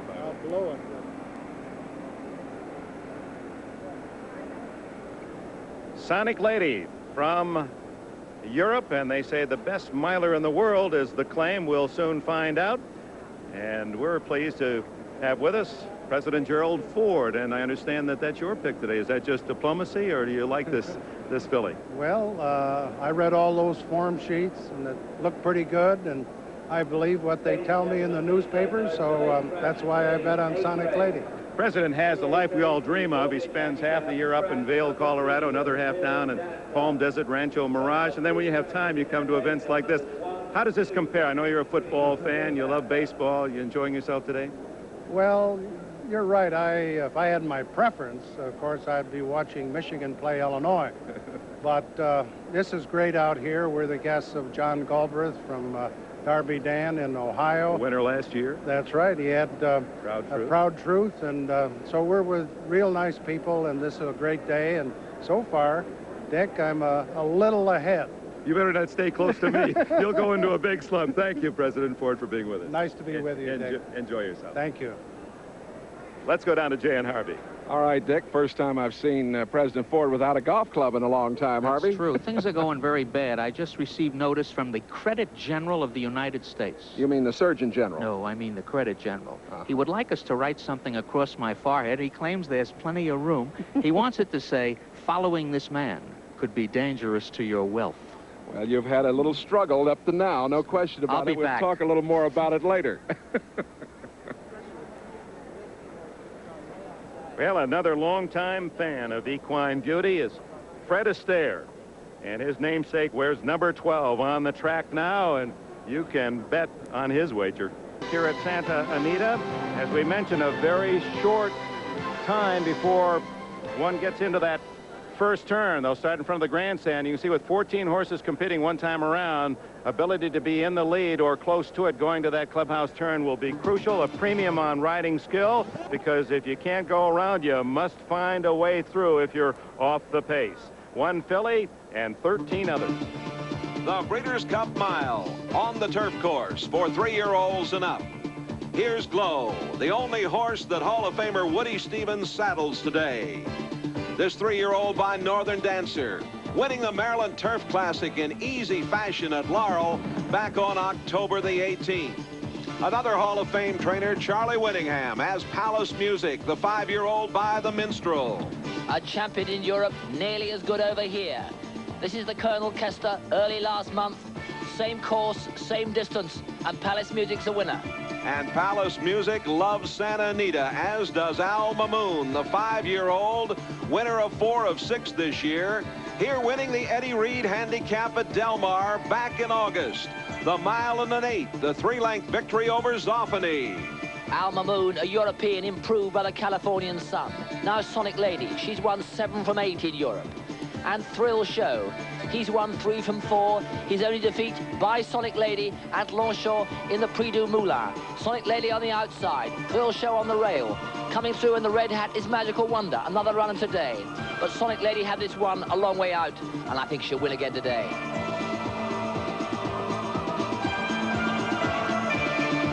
Well, we'll get a word from Bruff Scott in just a moment, but right now I have to remind you that last night as we were driving back to the hotel, you told me you were going to pick Smile today. Instead, you went for those gimmicks. I met my friend, the Arabian horse player, Shoulda Hotham.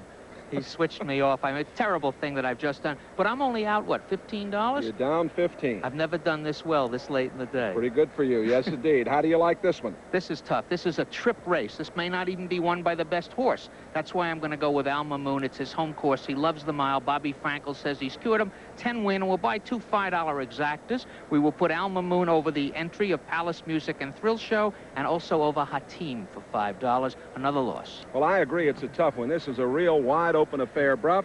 Sonic Lady? I'm still going to stay loyal to her, but it's the most difficult race of her life, Jay, by a long way. She'll have never been as fast in her life as she will go to that turn. If she gets through it and round it, and she's still in form, she'll win because she's the best in the field. Disappointment for you. Yeah, but disappointment for you so far this afternoon. Yeah, but 2 dirt races. Ed Reed said after the second one, he said, it's a different ball game. They don't like with the dirt in their face. This is their quality turf, but it's not their track. Our handicapper, the professor, has bet some exactas when there are none available here for this race. How can I lose? What, do you think that's a bad bet? All right, I'll just go with the 10 win. There you are. All right, Dick. Pack's pick is Al Mamoon, and the public agree. Al Mamoon and Sonic Lady currently both at 2-1. Palace Music, part of the entry with Thrill Show Dave Johnson, will be first in, and Gary Stevens aboard. And this is going to be a very good race for him to ride, because he will be able to save a little ground. Gary can do that. He's going to have to thread his way between horses, though, because he's probably going to be mired on the inside. They're going to zoom from the outside. It's almost a little dangerous because of the quick run to the first turn here with so many horses. Past history, 2 years ago, this race won by a filly, Royal Heroine, a 4-year-old filly, and last year by the gray Cozine. Other than Al Mamoon and Sonic Lady, the wagerers having difficulty picking someone that is not in double figures, except for the entry. Palace Music and Thrill Show now at 7-2. Al Mamoon has certainly had his physical problems, but Bobby Franco said that he's got them all cured. Better come back than Lucille Ball this year. Al Mamoon. Yeah, there'll be some heart wagers on Fred Astaire. You can be certain of that.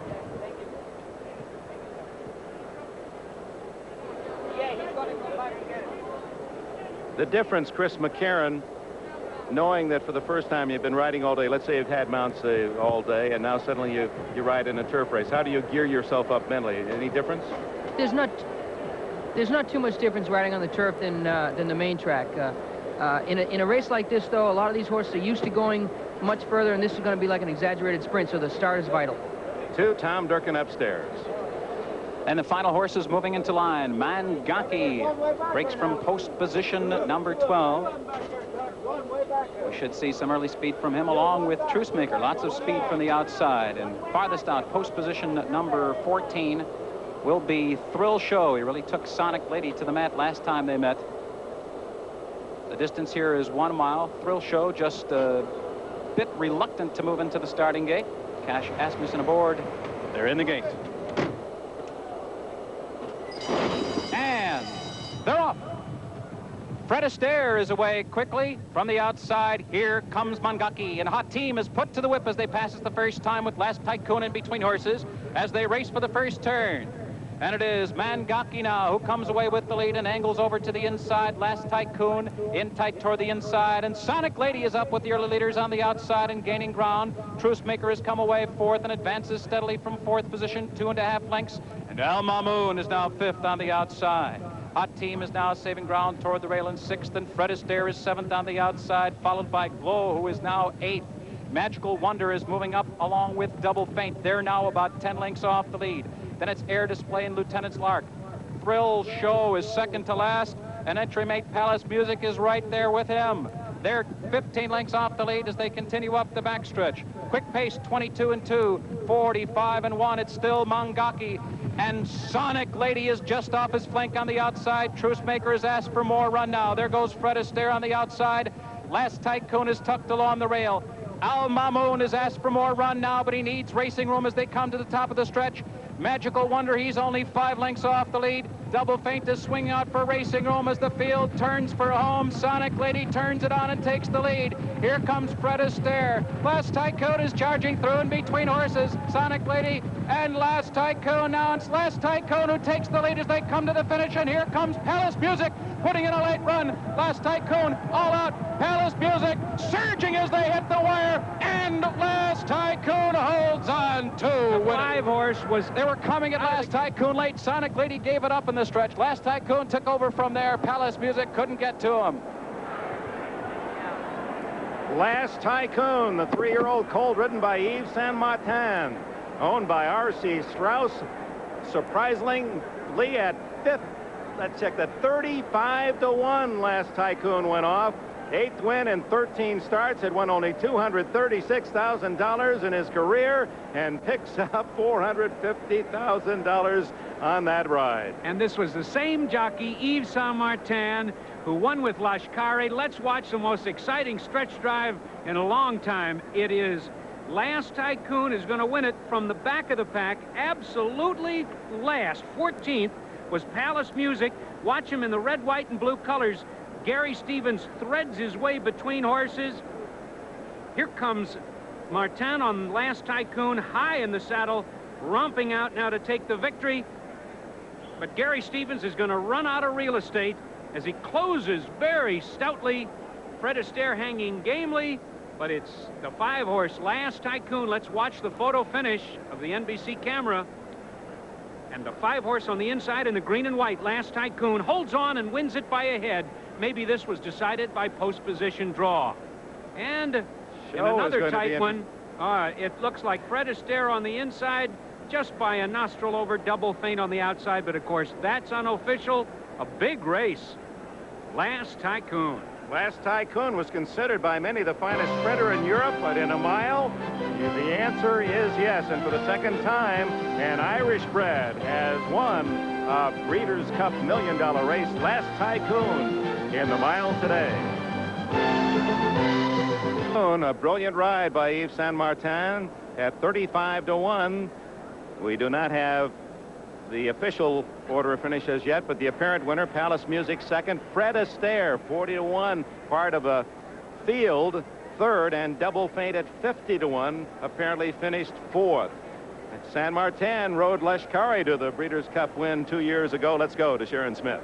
Well, thank you, Dick. Charles Whittingham is the trainer of Palace Music, and we were worried going in about so many horses on this particular course. Your horse had an adventurous run there, didn't he? Yes, he did, but he comes from off the pace, and you got to be lucky to get through. He got stopped about the middle of the stretch there, and then he pulled him out, and he need one more jump, but, you know, they don't make him a mile and a jump. Okay, we're going to look at a replay now. He was moving through the pack very rapidly during this race. He didn't look like he had a chance about halfway through, and he certainly did have a chance. Yes, he accelerates, really accelerates very fast when he can get a chance to, and unfortunately, just the traffic when you go a mile here, it's a difficult race.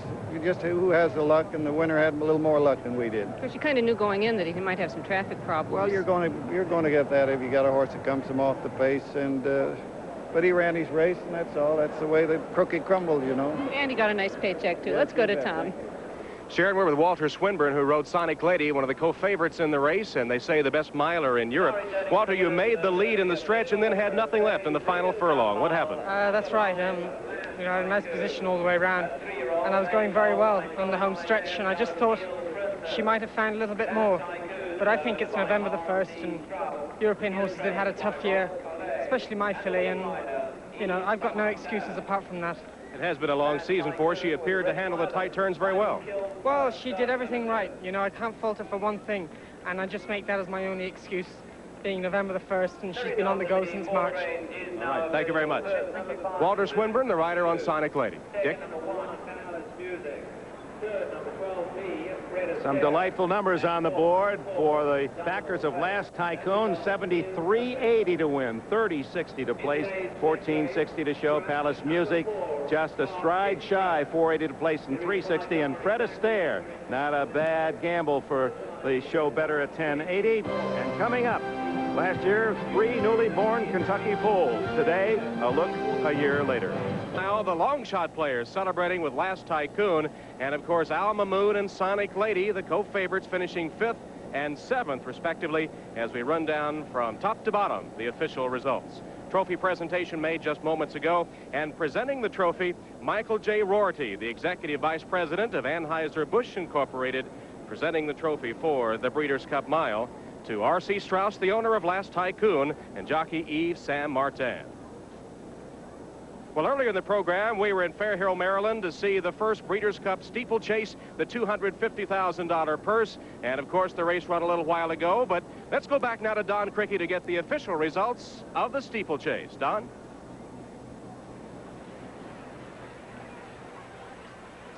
Now here's the official order of finish of the inaugural Breeders' Cup Steeplechase. A Kentucky-bred Census, trained by Laney, Jed, and Elliott, is the winner. And you'll see the prices, $540, $380, and $320. Kesselin and Pontaloo, stablemates, finished 2nd and 3rd. And there is the rest of the field now in what turned out to be a field of 11 after the odds-on favorite, Flatterer, was scratched. Now Richard Pittman is with the winning owner and trainer. So a great American victory there by Census, and there was a big crowd here to welcome him home. The inaugural running the Breeders' Cup Steeplechase. With me, the victorious jockey Jeff Teeter. Were you always confident? Well, I just wanted to make sure I kept in touch with that French horse, Greco. We've heard so much about him. I've never seen him run, but Jonathan Shepard, Flatterer, ran against him. He said he was very concerned about him, so we just kept our eye on him the whole way. Well, here you are towards the end of the race. You go for a big one here, and you get it. Yes, that's what we needed to keep our momentum going, and we got it, because I saw that horse coming on the outside.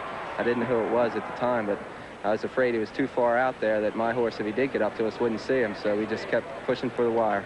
And it was about 2.5 on the way, but congratulations to them all. Janet, who trained it, Mr. and Mrs. Chase, who own it. It's a marvelous day for you. Thank you very much. So Census is the winner at the inaugural Breeders' Cup Steeplechase. Now for Richard Pittman and Tony Bentley, this is Don Criqui sending you back to Santa Anita in California. And sunny Southern California it is as we look live at Santa Anita.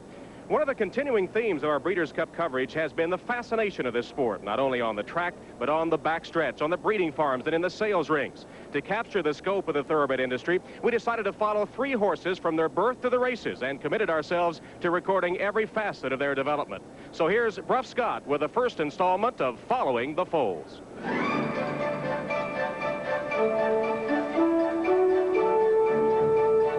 Remember this last year.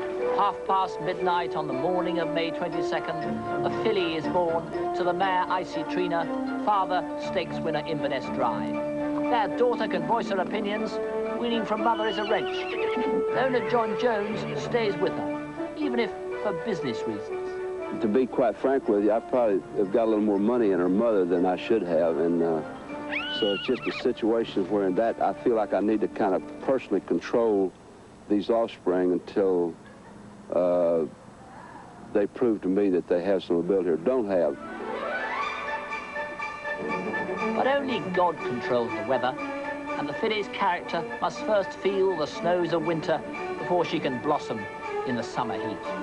This filly really seems to have a lot of heart. She is the leader of the pack of this particular group of fillies. She kind of sets the mode of their travel. She picks which direction they go. She brings them to eat. She tells which ones can eat in the order. She just really seems to be a filly with a lot of heart. And that's what we hope she has to make a racehorse. So it's off for school days in small-town Texas, Fayetteville in the east, where the men are outnumbered by longhorns 5 to 1. It's in this cud-chewing nursery that our little friend must learn the essentials of equine deportment. But before that, a name. She used to be called Champagne Ice. This at least includes Mum's name. Let's hope the champagne comes on the racetrack. And to get there, you've got to accept things like the bit in the mouth. These are private, sometimes confusing lessons. If you learn them, if you accept not just the saddle on the back, but the rider as a friend, and even as a yearling filly, you're going to make your marks. She's just very feisty. She likes to do kind of her own thing every once in a while, and you kind of have to coax her into doing what you want her to do. With a young lady, coaxing is the only sensible way. Here on the lunge range, just getting her willing and supple. And as hope grows that her performance may one day match the feistiness, we have the first riding days in readiness for next year's racetrack examinations. Of course, everybody wants the stake horse, the Breeders' Cup horse, but I'm sure that she would have the ability to win at some level. I don't know it'd be the top level. That's what we all hope for. But at some place in this nation, throughout our racing community, she's probably going to be competitive, whether that's for a stake filly in New York all the way to maybe a $10,000 claiming filly in Hot Springs, Arkansas. These are happy, idyllic school days. But where will she be just 1 year from this? And it will be interesting to find out where she will be next year. This Following the Foals has become a fascinating adventure for all of us, and later in the show, we'll see a dramatic twist of fate in the third of our 3 foals we're following. But in a moment, we're going to see one of the greatest race mares of all time, the Lady. Pep calls her the Iron Lady. Tonight, back to Santa Anita, a typical day at the track. The favorites have won, and oh, so have the long shot. Let's run down, in case you're just joining us, the juvenile colt winner, the 2-year-old Capote, the favorite at 680, ridden by Lafitte Pinkai. And then for the fillies, the winner, Brave Raj, ridden by Pat Valenzuela to victory, a $10 win. The steeplechase, won by Kentucky-bred Census. Flatterer, the favorite, was scratched. Then the long shot, Smile, upsetting Groovy. Groovy finishing 4th, Smile, 11 to 1, the winner in the sprint. And Last Tycoon, a long shot at 380, ridden by Yves Saint Martin, has just won the mile on the turf. Favored Alma Moon and Sonic Lady finished 5th and 7th. Coming up, the Distaff, the favorite, Lady Secret, the remarkable daughter of Secretariat. She has strong backing for host of the year. 2 other leading candidates, Precisionist and Turcoman, will run in the $3 million Classic later. Jay and Harvey. All right, and you know, we've just had a $73.80 mutual here as the long shot prevailed. First time that horse has ever gone that far, Harvey. And Bruff didn't give it to us, but No, we he won't didn't. make that a big scene. It wasn't his fault. He does it every year. The folks around the racetrack, of course, have heard the term chalk. Chalk is a term even used in a football game. The favorite is called the chalk. We're going to show you where that came from. Bruff and I are bookmakers. In England, they use bookmakers. Bruff has his board up. He's got Lady Secret. Now, he opens her at 6-5. He wants money. He's going to raise her to 7-5. Puts on another number. She's now 7-5. Big punter comes over, bets more money. He knocks her way down, even money. Doesn't want too many bets. Now another person comes over and says, even money? I'll take about 20,000 pounds of that. Knocks her down to 3-5. When the race is about to go off, if you look at the bookmaker's slate, most of the marks are next to the favorite. Hence the term for the favorite is the chalk. What do you think of that, Jay? That's the way it all happens, the chalk. And you know what they call people who bet chalk? No, what?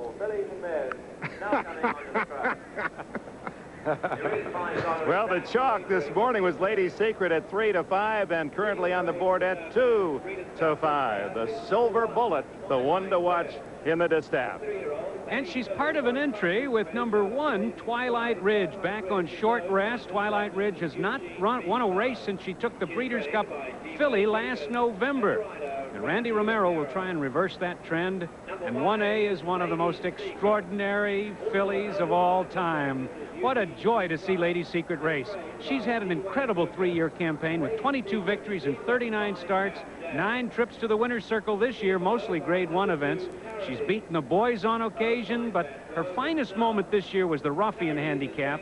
She carried a staggering 129 pounds. She won by 8, but that might have taken a little bit out of her, so I'll forgive her for only winning by a half length last out. Truly, the lady's a champ, and so is the rider, Pat Day. Number 2, Paradise, the 6-year-old mare, was a winner at Keeneland last out. Appears overmatched, but she's only been to the post 3 times this year. Fernando Toro in the yellow and blue stripes. Number 3, outstandingly, at her best now. Turf or dirt, not as good as the Iron Lady we've just admired. Gary Stevens rides outstandingly. 4-horse Park Express has been scratched. Here's the 5. Magnificent Lindy, a lightly campaigned filly who's trained by Neil Drysdale, and Neil is a superior trainer for pointing a horse for one particular race, and if Lady Secret doesn't fire, look out for this miss. The rider today is Eddie Delahousie. Number 6, Franz Valentine, the old nemesis of Outstandingly. Franz Valentine could run the best race of her life today. Bill Shoemaker, who's won with her last out, tries for another. Shy Wing, the 7-horse, was sold yesterday for $1 million. The California bred is at home on turf or dirt. Lafitte Pinkai Jr. tries for an upset. And rounding out the field is number 8, the 3-year-old Classy Kathy, who gets a break in the weight. She carries 119 pounds. This Pennsylvania bred finished 3rd behind Lady Secret last out, beaten 2 1/4 lengths. But as a 3-year-old, she could improve today, and trainer Shug McGahee has her in top shape. Jose Santos, who is disappointed with Groovy, tries to get back on the track with Classy Kathy. That's the field for the Distaff. Andy Williams, we enjoyed last night. I had a spectacular view of Liza Minnelli at the show. I was sitting right behind you and watching your body language. It was a nice night. I loved her. She was great. And it was double image for me. All right. Lady Secret has won more money than any filly or mare in the history of this sport on the dirt. Are you going for the chalk? No, I'm not. I'm going for Franz Valentine. Why is that? I just like the name, I think. No, actually, it's I've been told it has raced very well here on this track, and it's 6-1, I guess, still. I don't know. That's the only reason I'm going. Last Tycoon, you almost bet on the long shot in the last race. I had Last Tycoon up until about a minute before the race, and a friend of mine who's here said that he had just talked to the owner of Last Tycoon, and the owner said that he didn't think that today was right for horses. He said, don't bet it today. So I said, okay, thanks a lot. So all the stories are not happy one at the track, but that is a typical day at the races, and we'll continue with this $10 million day from Santa Anita in just a moment. Moving down the backstretch, but Encolure breaks a knee, Terry Lipham aboard, and after that, horses and jockeys come tumbling down on the backstretch. Chris, how does that spill rank in your all-time list? Probably the most frightening, Dave. I had time to see it unfold and had time to think about that ground coming up at me. And what about the other jockeys and horses in the spill? Miraculously, only one horse was injured, and he had to be destroyed. That was on Calor. And Terry Lippman is the only other rider that was injured, and he lost his spleen, but he's up and around and was at the races already yesterday.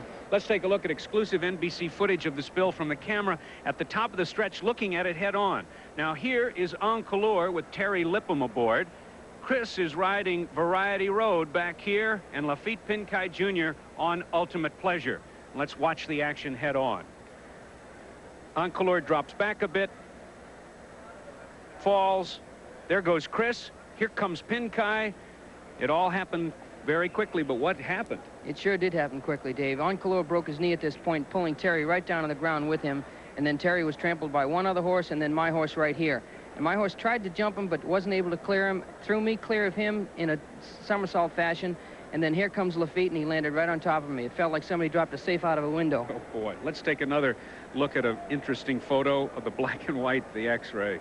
Yeah, Doctors Garland, Nelson, and Capen did a wonderful job putting 4 fractures back together very cleanly. A lot of screws in your leg there. How long are you going to be out?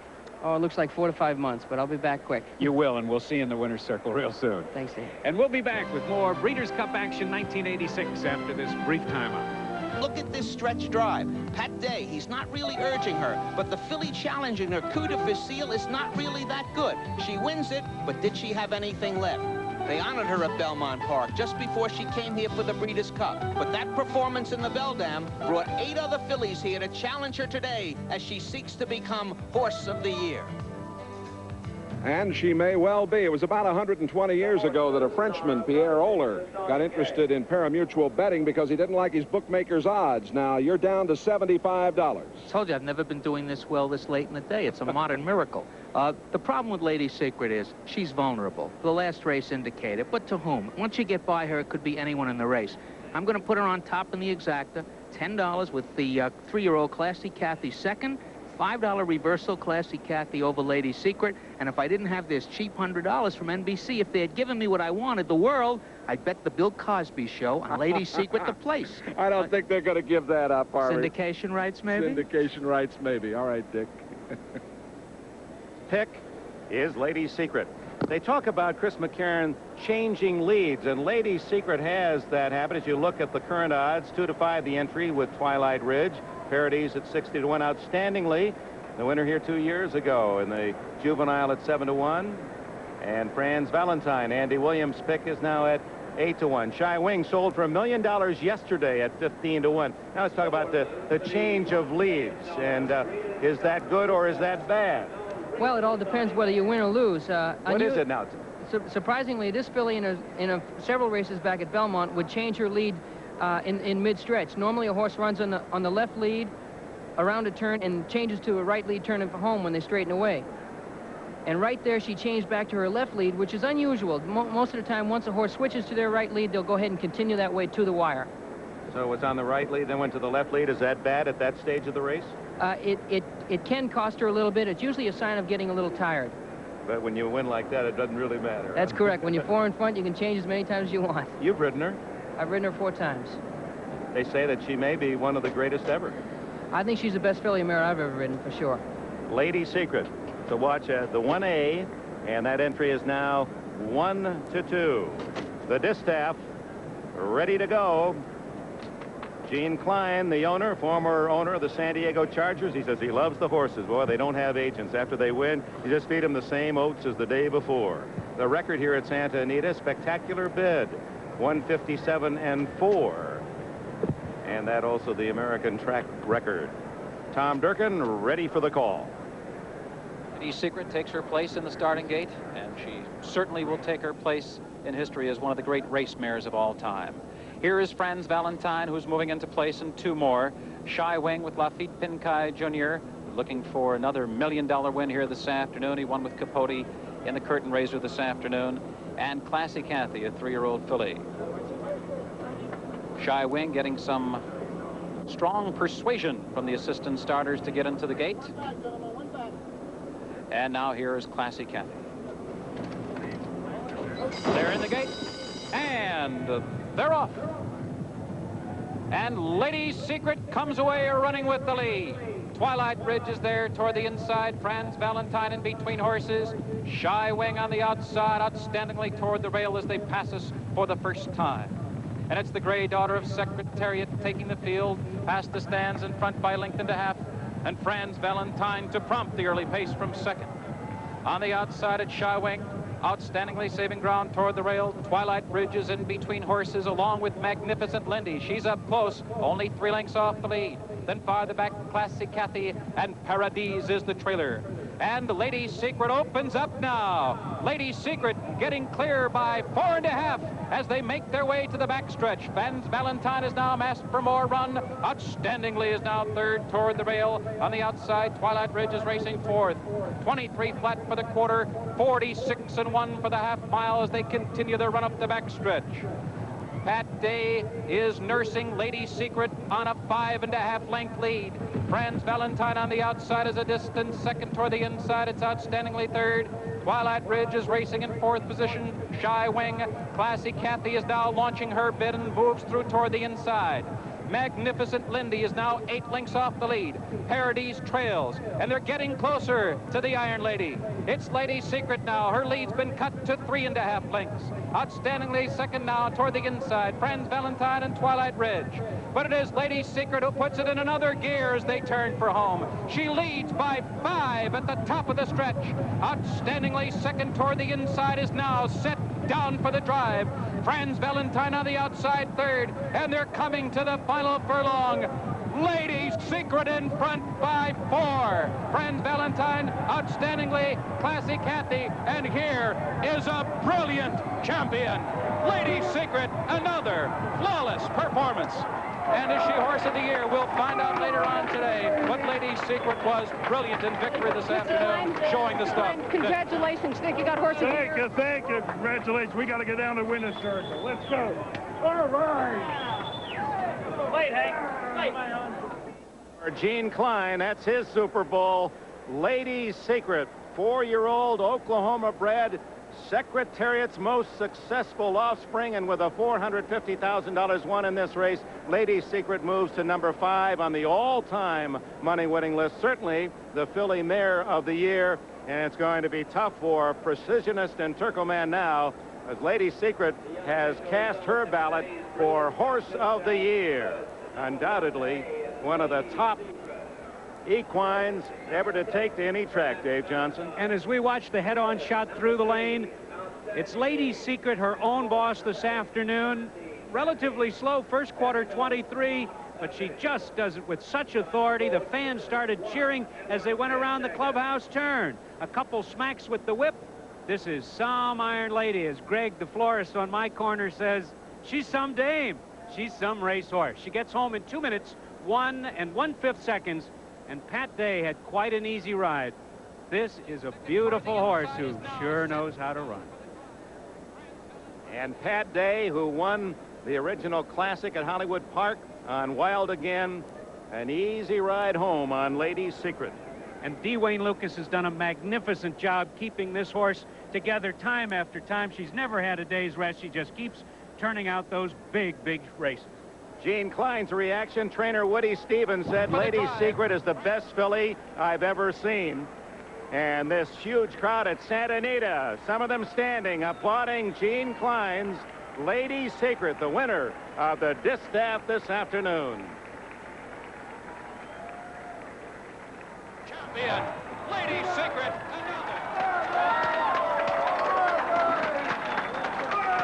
Secret entering the winner's circle. That's 4 Breeders' Cup champions for Dwayne Lucas, the trainer and owner. Gene Klein in 2 years, 2 last year. Capote and Lady Secret today. Short prices on Lady Secret. Somewhat of sweet revenge for Franz Valentine. Remember 2 years ago, she was disqualified in the 2-year-old juvenile race. Outstandingly ruled the winner, and Franz Valentine dropped way down, but Franz Valentine gets second today ahead of Outstandingly. And let's go now to Bill Shoemaker with Tom Hammond.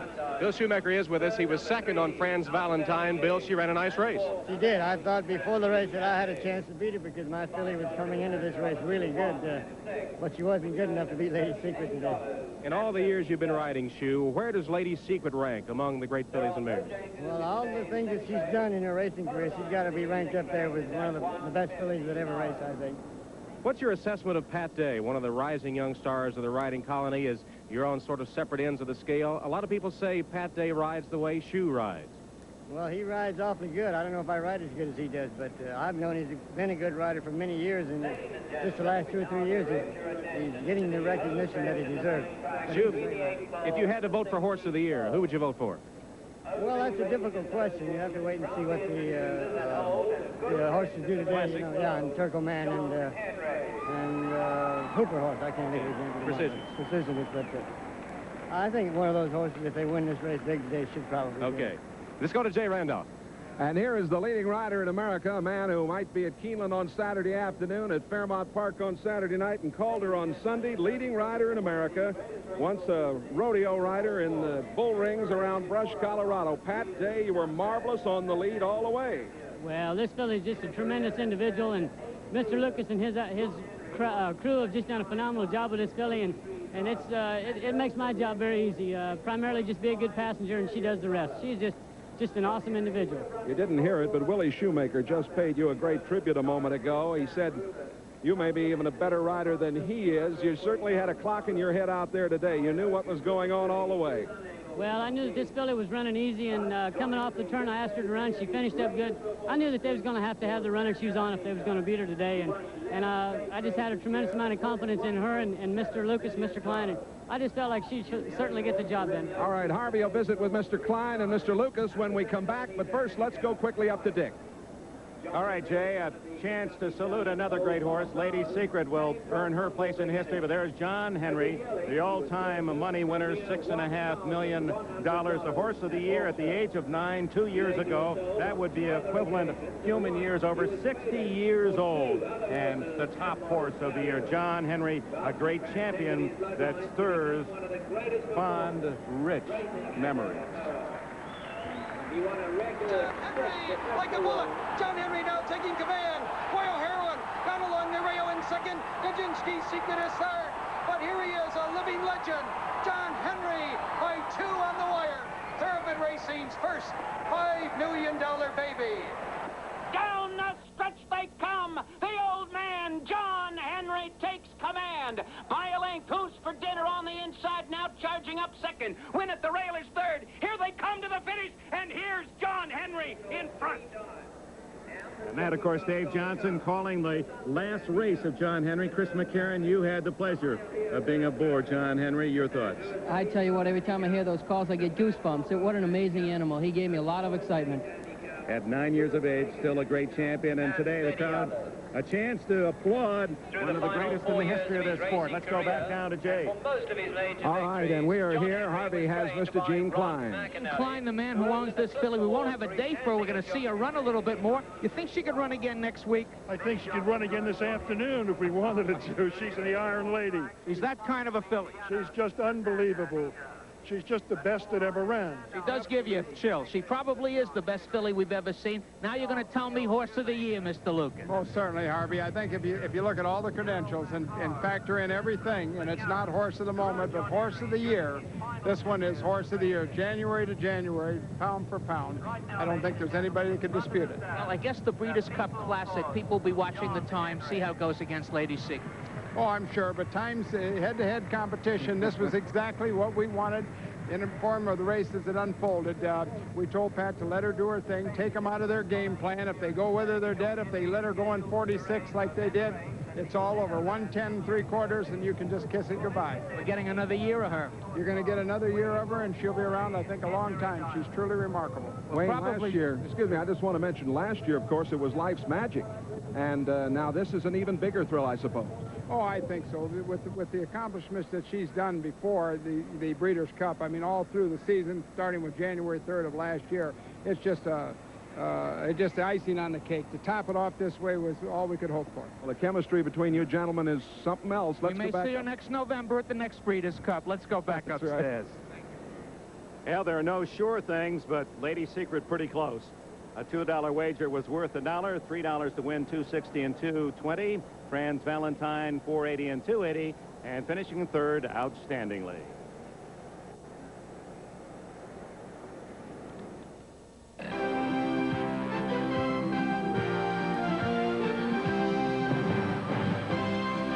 Goodyear blimp, the big crowd at Santa Anita still abuzz about the scintillating performance of Lady Secret. We've just crowned her the queen of the Distaff set, and perhaps she will be Horse of the Year. The trophy just a moment ago presented by Penny Chenery, a director of Breeders' Cup Limited. And some irony here, Penny Chenery's father, Christopher Chenery, owned the Meadow Stable. They campaigned Secretariat, the sire of Lady Secret. Let's take a look at the official order of finish now for the Distaff. Lady Secret all by herself at the finish. The others ran nice races, but just not enough. The 3-year-old Classy Kathy winding up 4th, and on down to complete the order of finish in the Distaff race. Lady Secret, another magnificent performance here at Santa Anita this afternoon. One of the unique features at Santa Anita is the configuration of its turf course. The standard oval inside the main track, plus a curving downhill chute where the Breeders' Cup turf will start. Dave Johnson walked the course with Santa Anita track announcer Trevor Denman. About 10% of the races here at Santa Anita are contested on the turf. Now, from your seat in the grandstand of the clubhouse, the El Camino Real turf course appears rather straight and not too steep. But, Trevor, from this angle, a little different. Very deceptive, because as we can see from here, when these jockeys jump out of those gates, they are going to go right-handed directly away from the grandstands for about a half a furlong, and they'd better get themselves a good position, because just down there's a sharp left-handed turn going downhill as they go down the stretch for the first time. So, with the race starting up here on the hill, what problems does that present for the jockeys? Well, it will play a part, especially with the European riders who are going to be strange on the track, but it won't be that important if we consider that the European riders are used to riding at different tracks almost every day, and the tracks there are so diverse. They're not like the American tracks, which are generally left-handed stereotype tracks. So there will be a problem, but I wouldn't put too much emphasis on it. And there's another testing point in this race for both horse and rider. Let's go to the bottom of the hill. Well, this is where the European challengers have been practicing all week. Coming from the turf, over the main dirt track here at Santa Anita, and then back onto the turf as they go past the grandstands for the first time. And at this stage, I think we should realize that more than 50% of these races are won by less than a length. Now, in racing terminology, a length is only 9 feet. So it shows just how crucial this little challenge could be to the result of this race. And with the depth of competition in this race, most likely we're going to have a very tight finish. And here's a shot from the blimp which shows this interesting race course. And starting, well, way up about here, I guess, for the 1.5 miles. And Chris, coming down, make a real left-hand turn, and then you cross over the dirt track. Does that present any problems? Only if a horse hasn't had an experience on this type of course before. A lot of horses, when they get to that dirt, they'll look at it and sometimes jump and hesitate a little bit, and that can cause a little jam up going to that dirt. And then it's onto the main track, or onto the main turf course, and once around. What a beautiful Anita, Tom. Well, Dave, earlier in our first report on our Following the Foals feature, we showed you a very sheltered life for one little filly. But for the colt, life has not been so easy.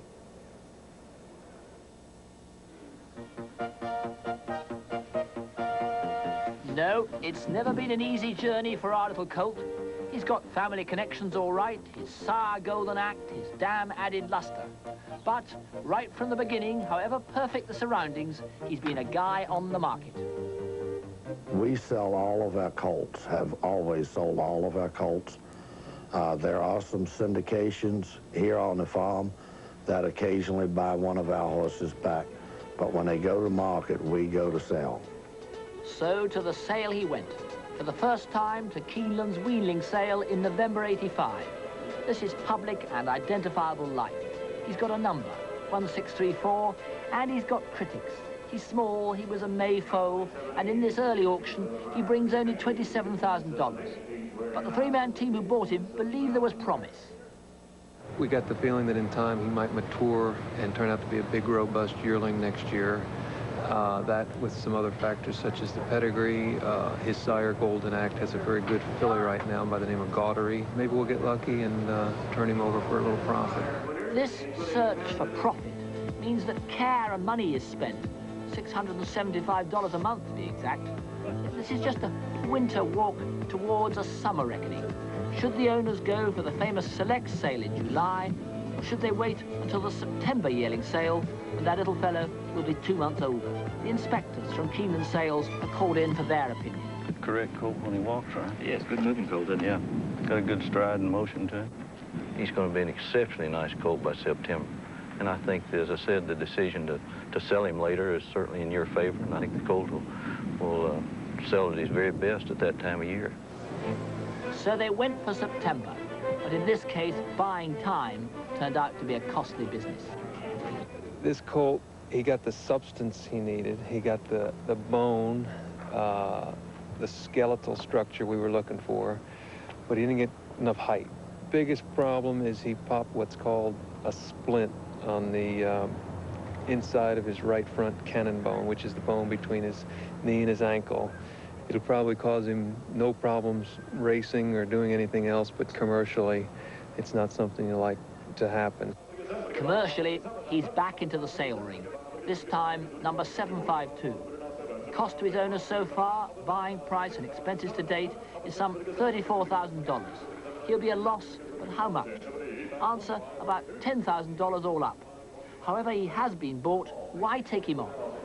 I think more than anything, I felt that he's at an in-between stage in his growth and development, and I'm gambling that he could improve a little during the next 6 months, to the extent that I might be able to resell him for a profit. That very day, he left for Ocala, Florida. 5 months in the Sunshine State to learn his trade, and then to the sales again. By next November, he'll be racing someplace, somehow. Many of the foals born in America experienced the sales ring sometime in their life, and what happened to the colt we're following is not an unusual occurrence these days. After a boom years in which the prices went up and up, the last couple of years has seen a stabilization, and the prices have been going down. One of the best performances last year, Pebbles, in the Breeders' Cup Turf, captured here on canvas. We'll be back to Santa Anita after a word from your local station. Breeders' Cup Turf at 1.5 miles is worth $2 million. They're parading onto the track, and let's take a look at this outstanding field. Number 1 is Theatrical, considered a bad actor when he raced in Europe, but Bobby Frankel seems to have him straightened out a bit. He had no chance in the Budweiser Arlington Million when he was pinched back at the start. We all know how painful that can be. This horse is by Nureyev, second last out to Estropod in the Oak Tree Invitational. Gary Stevens, who you met a bit earlier, is the rider. Couple in the wagering with 1A, Victress of the Arlington Million, Estropod. Since we last saw her winning on NBC in Chicago, she came home here and beat the boys in the Oak Tree Invitational. She may have the tactical advantage with her early zip, and Fernando Toro certainly knows her and the turf course, which is an advantage. That's a powerful entry in the Breeders' Cup Turf at 1.5 miles, sponsored by First Jersey Securities. Number 2 is Manila, who has a 5-race winning streak going. He's a 3-year-old with great promise against a super international field. Jose Santos, whose style of riding fits the turf and the distance events, is in the saddle. Number 3, Dahar, regally bred by Lee Fard out of the brilliant race mare Dahlia, is the right type of horse for this surface and distance, and I'm sure that Charlie Whittingham, the trainer, has him on his toes. Alex Solis is in the saddle. Number 4, Pillister, a 3-year-old out of another outstanding race mare, Flying Buttress. But Pillister's only win this year was in the Rutgers. And he could surprise, though. Angel Cordero Jr. in the Green Silks Rise. Durara is an improving 3-year-old filly who excels on a soft turf course.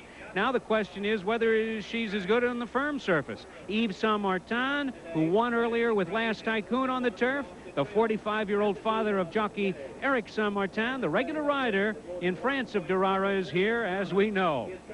Number 6, Ivor's Image, a 3-year-old filly who took a Grade 1 stakes in Italy, then the E.P. Taylor Stakes in Canada. Walter Swinburne, who was aboard for those two, is here in America and tries for win number 3. Number 7, Duty Dance, comes from way back, is at the top of her game, and Pat Day picks up the mount on Duty Dance. But it's number 8, Dancing Brave, that the racing world is talking about. He comes from way back. He has an explosive finish, and he's one of the most eye-appealing runners you will ever see. I've talked with professionals all week here who I trust, and they tell me this is the greatest horse that they've ever seen. Pat Ettery gets the riding assignment.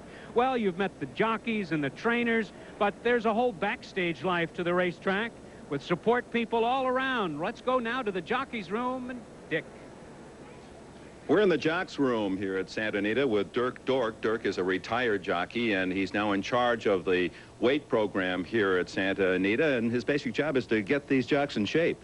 That's right, Dick, and good luck with this breeding cup or whatever you're doing here. This is a marvelous thing you've done here for racing, and some of my boys here that I do keep in shape, and I'd like to tell you a little bit about those experiences here. The exercise program, your job is to get these jocks in shape. That's true. I thought I'd heard that before, and actually you said it from your mouth, so that's probably where I heard it. Yeah, these boys are all in pretty good shape here, but what we do is have a basic program to keep them in shape. As you can see, I'm a natural athlete myself. Every month practically toned to perfection here. So we work with weights and with exercise programs. All right, Dirk, then how about an example of a basic exercise that you would be teaching these jocks? Good, good. That's a good idea. What first of all we do is when the boys come in, they're a little stiff from the days before and everything. So what we do is start out with a basic exercise. What we first do is touch our toes. We start each day with a little exercise just like this. You want to get them way over there because at the back, you need to have that into shape for them. A couple of jumping jacks if they want to, little things like that. Just around the locker room like that. Then, of course, we do some cycles. You have to give it this for the boys here. You can give it, you can stretch way out like that. And if you want to give them some of these, very important like that. And then they're pretty much ready to go, I would say. Well, that's the exercise, basic exercises, but the weights themselves, that's important too. Weights are very important. We need strength. These boys are out there with the tons of animals out there. So what we do is have a weight program. Now, there's a lot of weight here for these, but I'm going to attempt at this very point here to lift this to my waist, to my chest, and then over my head to show you the basic program that we have. First of all, you want to make sure you're all ready. When you're lifting this kind of weight, you know, you got to be careful. I'm going to attempt to get this, first of all, to my stomach.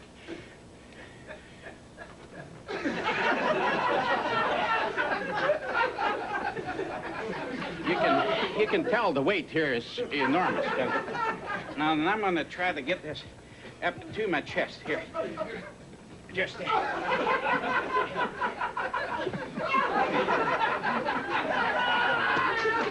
That's the tough one. That's murder on the outside. I'm gonna attempt to get this over my head now.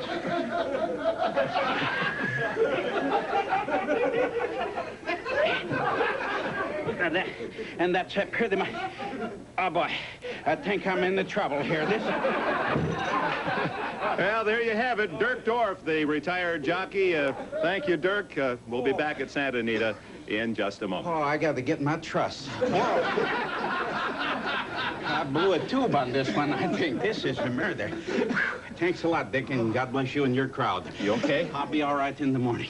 Case you didn't know is really Tim Conway, and I understand, Tim, that along with your interest here at the track, that you are going to have your own syndicated show. What's the title? It's strange as it may seem, the Tim Conway Show. Yeah, I was the only one in the room when we were naming it, and the vote was actually 2-3 on that one, but we did get it across. Yes, thank you for allowing me to be part of this today. Will you be with us again next year at Hollywood Park? So. Absolutely, I hope so. It's a great spectacle, and I'm proud to be part of it. Thank you. Good luck in the Classic. I know you need it. Right. Can I borrow $30,000? I'm probably. The Breeders' Cup Turf is a $2 million run of 1.5 miles on the unique Camino Real turf course, patterned after European courses. They'll start just after that right-hand turn, a sweeping left-hand turn, downhill start, resulting in a very fast first quarter, plus a tricky crossing of the dirt track. This has been a race, the Breeders' Cup Turf, owned by the European horses, Lashkari in '84, and remember that brilliant filly last year. The Breeders' Cup Turf, $2 million purse, 3-year-olds and up.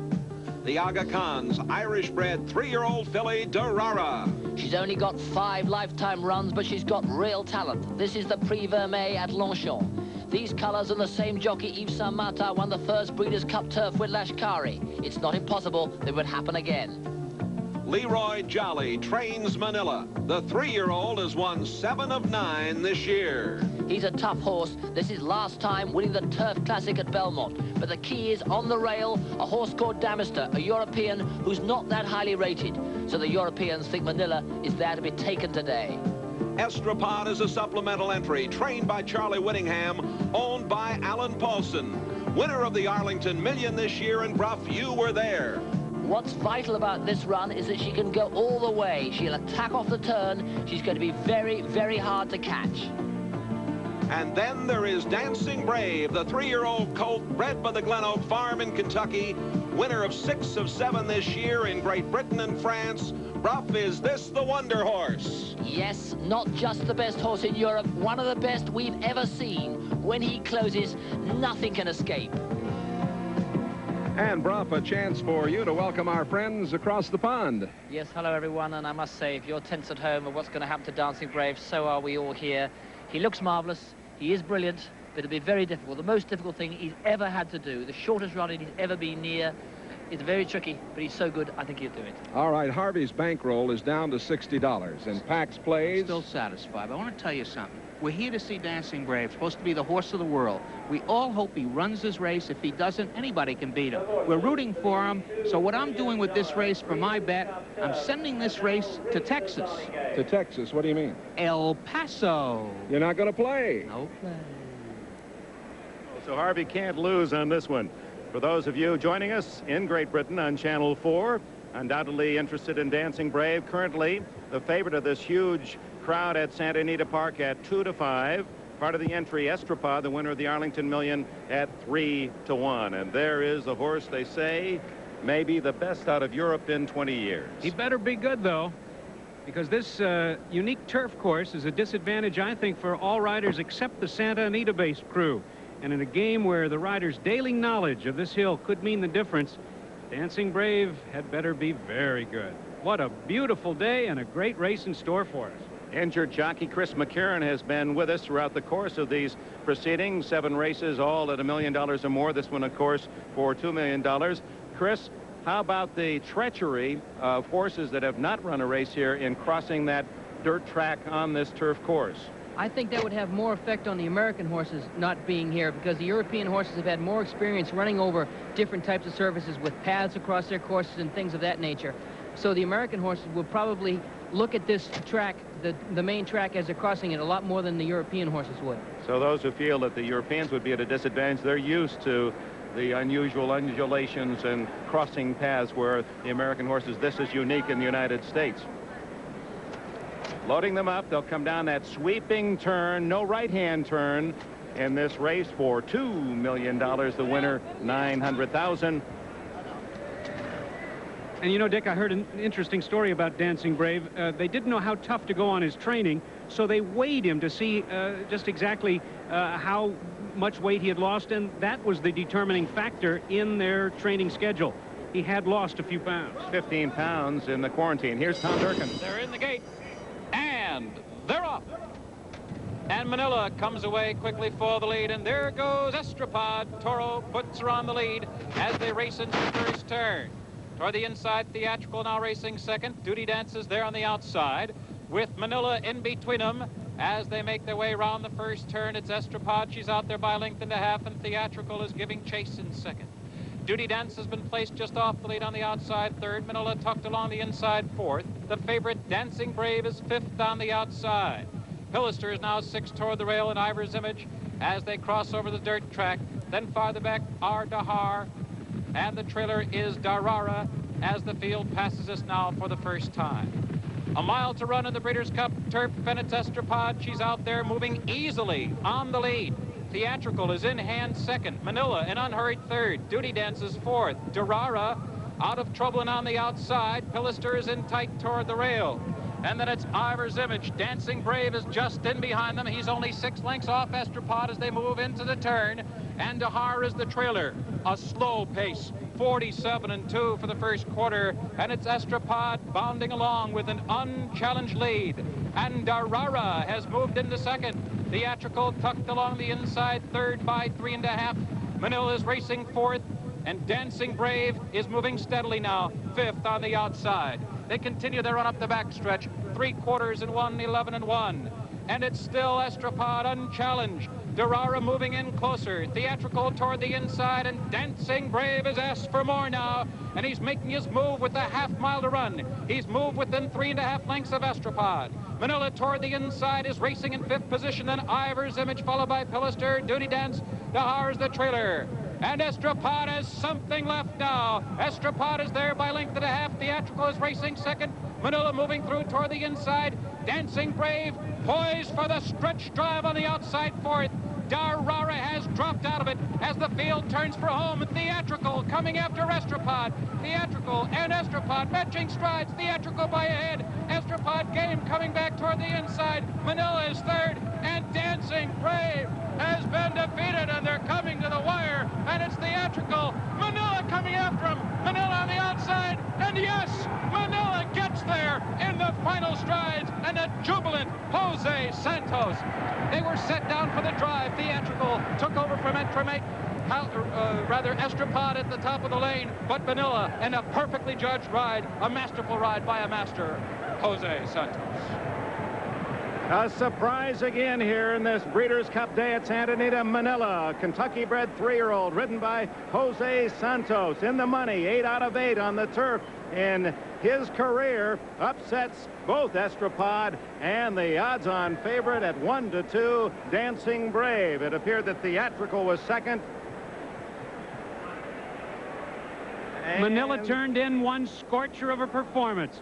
I don't know who was third, but I don't care. Manila, who's tucked in at the rail here with Jose Santos riding. Here comes Theatrical in the green and white Firestone silks on the outside, passing Estrapad. Toro had put that mare on the lead early and had hoped to win it wire to wire. Gary Stevens gets to the front, looks like a winner here, but here comes the 3-year-old by Leafard, who has been so tremendous at Atlantic City and at the Meadowlands and at Belmont, up to win it by about a head with Jose Santos.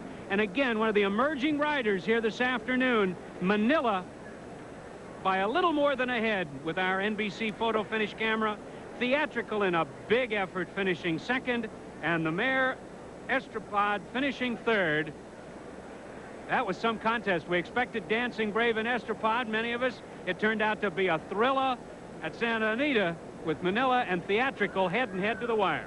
And there are the unofficial results. Manila, Theatrical, Estrapad with the favorite, Dancing Brave, finishing fourth. Interestingly, Dancing Brave, sired by Leafard. Leafard also the sire of Dancing Brave. But it was the lesser-known Manila, the upset winner for the $2 million turf race at Santa Anita today. And here they come for home. Manila, Jose Santos in the red cap, just pushing, and a wave of the whip. He wins it. Manila takes the Breeders' Cup Turf, a $2 million event, with Theatrical second and Estrapad third. We're back at Santa Anita, where Gary Stevens rode Theatrical to an excellent second-place finish. Did you see that other horse coming? Well, I could feel him coming. I knew there was something going to be running at me. I figured it would be Dancing Brave, the horse that won the race. Manila has been a horse that's been underestimated all year long, and he just goes to show he's a true champion. The horse did try to dig in, though, in the stretch, though. Yes, he did. When he came up and hooked me 50 yards from the wire, my horse was bearing down. He was getting his head down, and he was trying for everything he was worth. Well, he had a good second. Not such a good race for the favorite, Dancing Brave. Let's go to Brock. Yes, and here's Pat Eddery. Disappointment for you. Disappointment all over the world, in England too. Came the challenge, he didn't get through. Well, the horse raced well up till going past the top turn, and from there on I wasn't happy. It looked like I was going well, but he was leaning out with me all the way down the back. And then he came into the last turn completely on the wrong leg, and he ran out, and it just stopped him quickly, and he didn't handle it. So it wasn't a question of him losing condition, he just didn't handle the track. Well, I felt that. The horse looked well, and he was racing nicely till that first turn, and then he was gone. You knew Theatrical in Europe, whereas Dancing Brave normally, apropos Theatrical? Well, normally, you know, Theatrical and Manila who beat down the they shouldn't beat him, but they have. A disappointing day for you, and for Dancing Brave, the end of a brilliant career.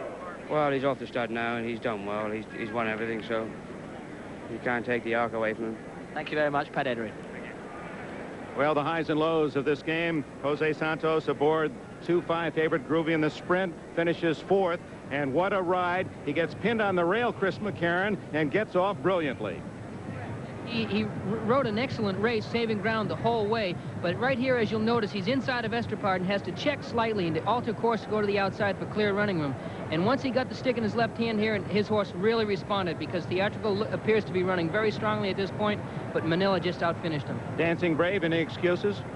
He appeared not to have any excuses. He made a nice run down the backside when Pat asked him to, and he had perfect striking position at the 3/8 pole, but just wasn't able to overcome them. Let's go down to the winner's circle. All right, well, first of all, congratulations to the owner, Mr. Mike Shannon, a native of Shamrock, Texas, who now lives in Kentucky. Nice going. Thank you, sir. I'll tell you, this was a wonderful win for you, a young man who was born in Chile. Jose Santos, you won your first race when you were still a teenager, started riding when you were 14. Tell us about this one today. Well, I'm very excited now. And, you know, in the last part, in the last quarter, and I'm going a little bit, and Toro going out a little bit, and I'm tired got the hole, but the Toro close again, and I'm going out. In the last 17 yards, Gary Stevens hitting couple times, hitting so fast, and he hit my hand, and I lose my stick, and I work a little bit, but this is the great horse. It certainly was, and you rode him very nicely. Harvey? I just want to take to Leroy Jolly for a second, man who sent Genuine Wrist to Kentucky. He has to saddle Magambo in the next race. I was psyched out by Dancing Brave, but you weren't. Well, American grass racing's pretty good, too. Our horses that win major races can run with anybody. Well, I got to say one thing. It was a thriller from Manila, and I know you're happy, and I know you want to saddle Magambo back upstairs. Thank you. Jose Santos, the leading money writer in the United States this year, making his move off the rail to guide Manila home in the $2 million Turf Classic, 1960 theatrical second, and Estrapad, part of the entry, is third.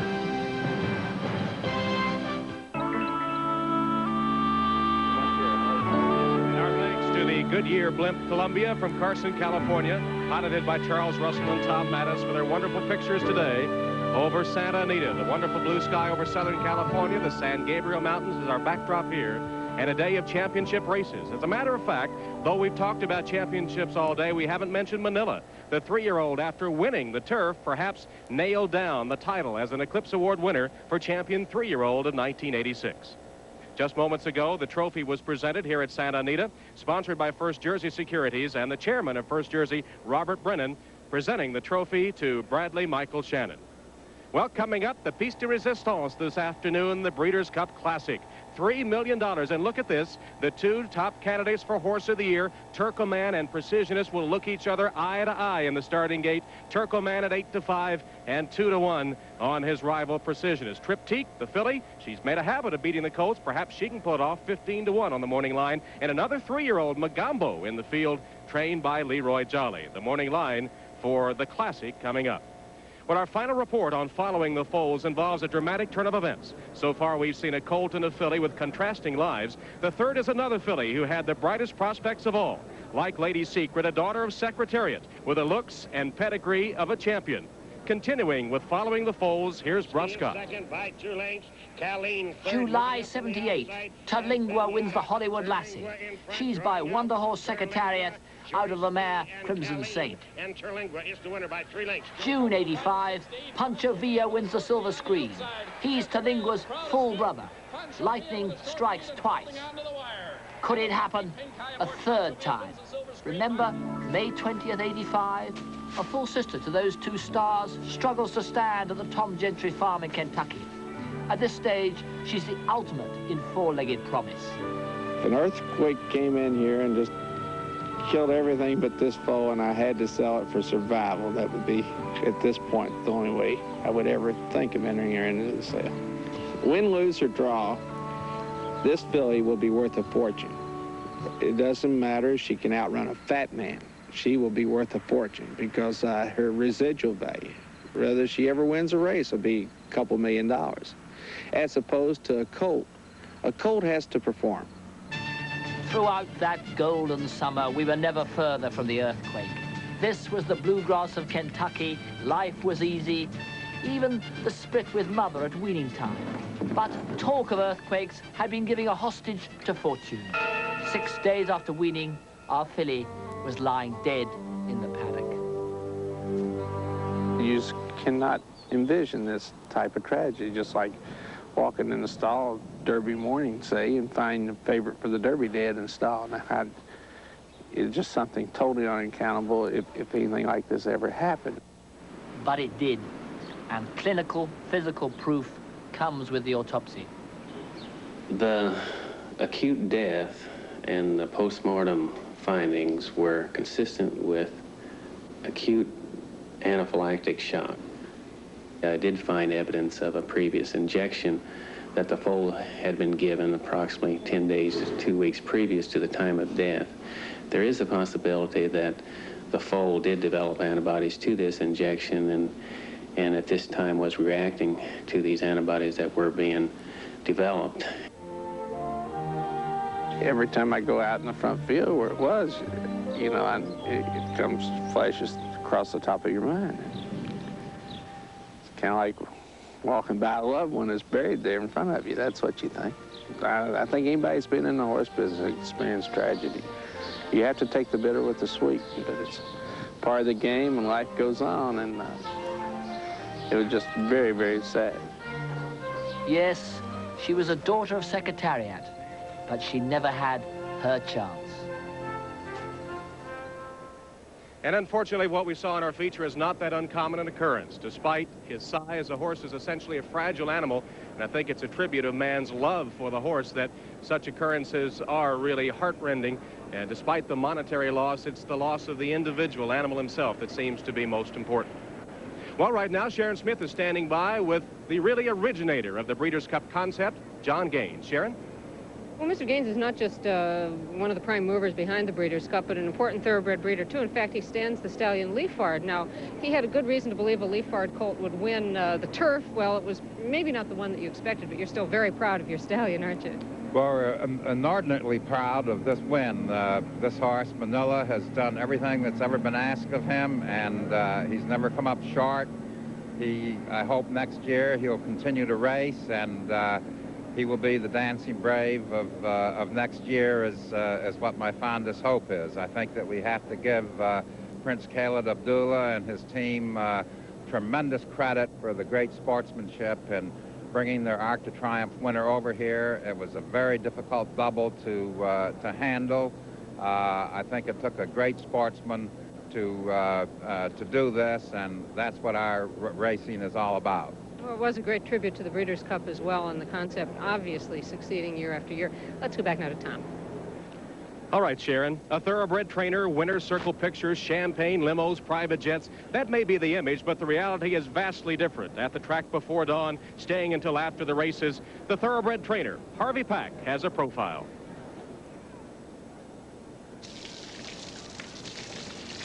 The early morning sights and sounds of Barn 58. The sound of an industry turning out its product. It's gotten more business-like in the last 5 years because of the traveling involved and the type of owners. You get a lot of big investors now and a lot of syndicates and brand new people that don't understand the business and it's changed a lot. While the big stakes winners get all the media attention, it's the care and training of the everyday claimers that provide a barn with the cash flow to be a business. Gary Turkoman is one horse. How many are in your care right now? We've got about 42 right now. 42 horses. 42 horses. A lot of them are maidens. And Turkoman was a maiden once, too. What does it cost an owner to keep a horse here? It averages right around $1,500 a month. So it's $18,000 for the year. That means he's got to earn about 30, I guess. Just about that. Yeah. It's a game where you better have some money. You better have some. You better want to be in it. Coddling horses is an expected part of a trainer's life, but he must also educate the owners and breeders as well. We do okay. We deal with a lot of breeders who have a lot of patience, and I think you have to have. When you're dealing with young horses and you have to develop everything you get, you have to develop yourself. It makes it a little tough trying to beat the Goslins and the Whittinghams, and they get the ready-made horses, and it makes it a little tough, and it makes it tough trying to beat the Wayne Lucas with the $500,000 yearling. And when the big stakes winner leaves for greener pastures, the trainer must look for bench strength, a search for winners. You have to go through a lot to get one like him. When they average $50,000 a start, it kind of smarts when they leave. But we're looking all the time, and I've got a half brother to him over there right now. That's one thing about this business. Thank God for tomorrow. Tomorrow may be coming up shortly for Gary Jones. He'll shortly send Turkoman to the post with a $3 million purse at stake. Like everyone else, he's praying for a winner. Let's see, fifth race. Fifth race is a tough one. I got a winner. The $3 million Classic, Turkoman at 9-5 and Precisionists 8-5. As Tom said, eyeball to eyeball in that gate. One likes to run from behind. Turkoman, the classic confrontation precisionist, will be in front. The filly from Great Britain, Triptyque, finished third in the Arc to Dancing Brave, is at 8-1. Now let's go down to Sharon Smith.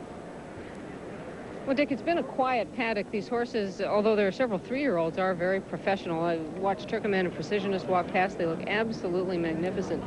The day obviously seems to suit them. It's not too hot. I don't see anybody sweating quite yet, so it looks like we should get a good race. No excuses so far for these horses. They all look marvelous. Dick? It's money. Homework here, and Gary Stevens, a jockey that has been so brilliant and featured here, he's had a close but no cigar day.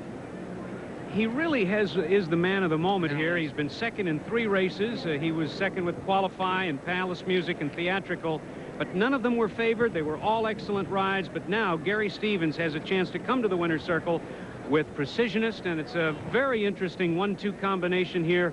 The folks at the track, and I'm sure all across the country at the simulcast places, simply can't separate these horses very much. Turkoman from post 1 with Pat Day, Precisionist with Gary Stevens from post 2, 9-5 and 8-5 respectively. And here are 2 men that are tough to separate, Harvey and Jay.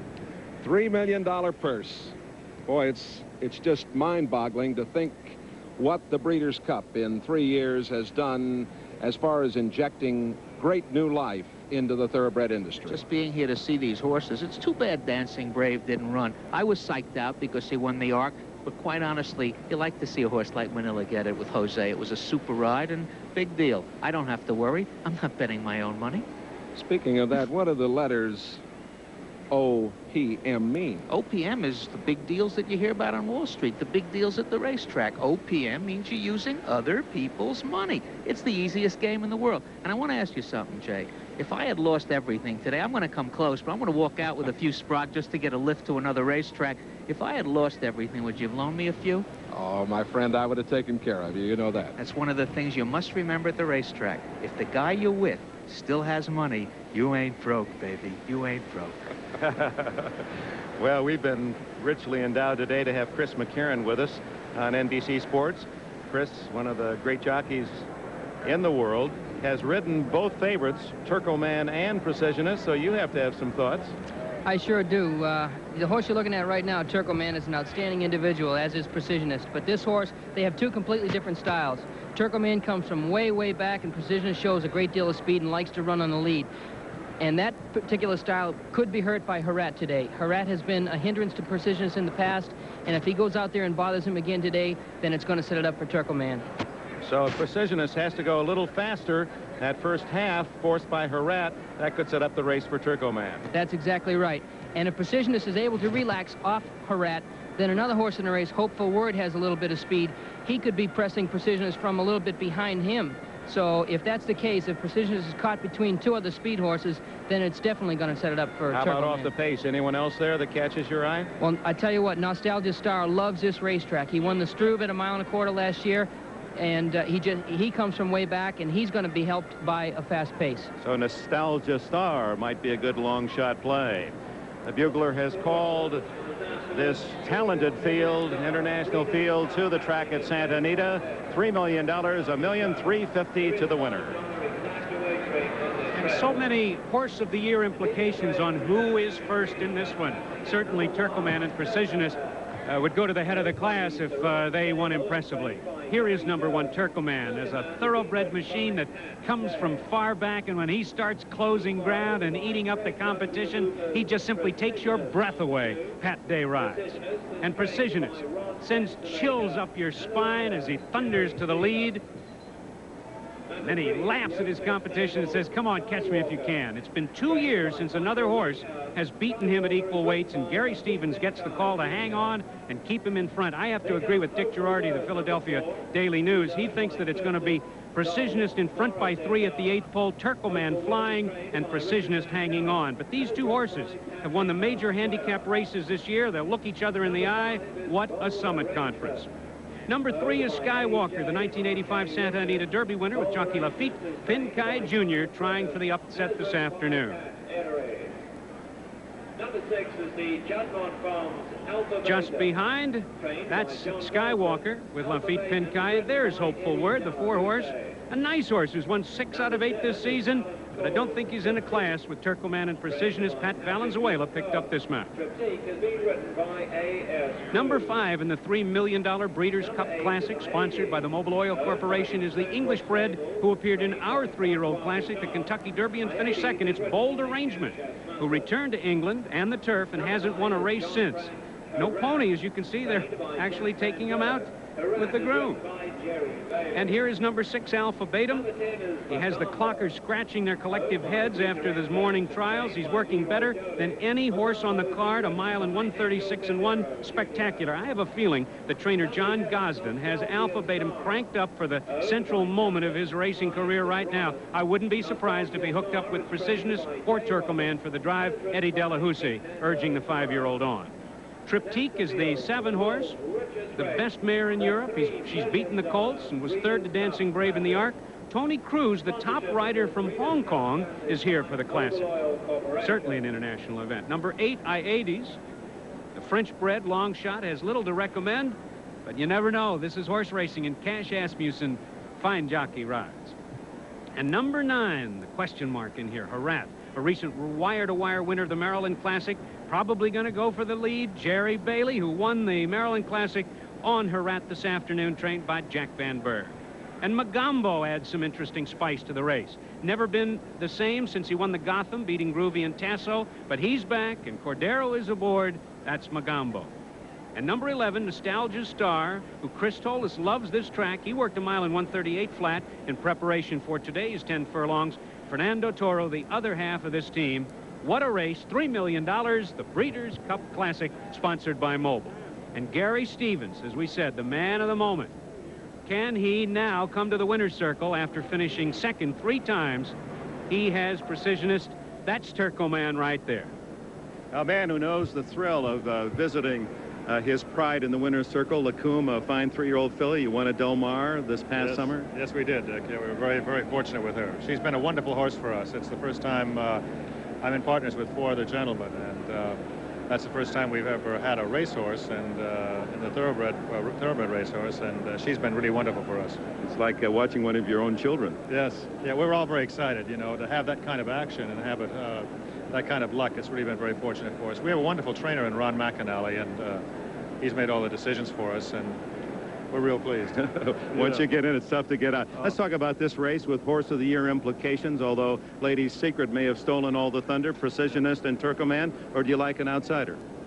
Well, I kind of like that Alpha Beta, and Delahousie is a nice, a good jockey. And what is it now? What is she? Big overlay, 18 to 1 on the morning line, and 8 to 1 to 18 to 1 right now. Could be, but Precisionist is obviously the horse to beat. It's going to be a wonderful race. I never ever thought I'd see a race where they'd have a $3 million purse. Did you? Maybe sometime we'll see you down there collecting one. Hope so. Thank you for being with us. Thanks. Robert Wagner. The tension and drama builds at Santa Anita. The $3 million Classic is coming up.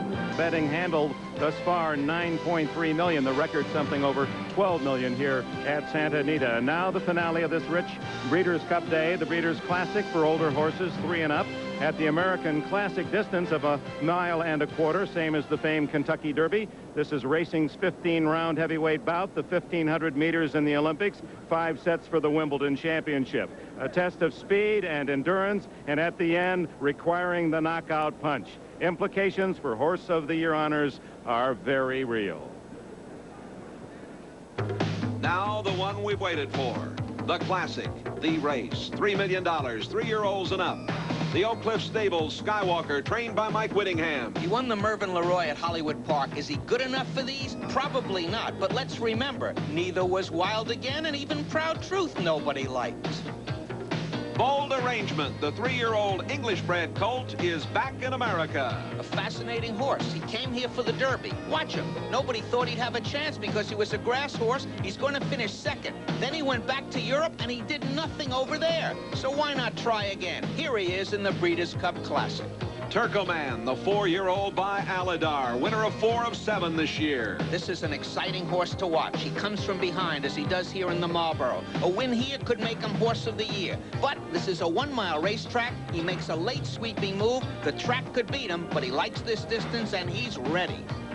Another potential Horse of the Year, Precisionist, the 5-year-old bred and owned by Mr. Fred Hooper.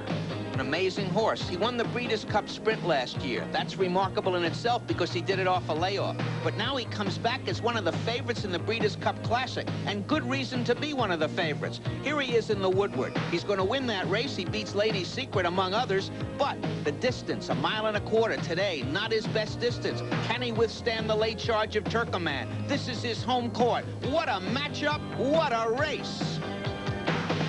And we will check first with Bruff Scott. What about Bold Arrangement, Bruff?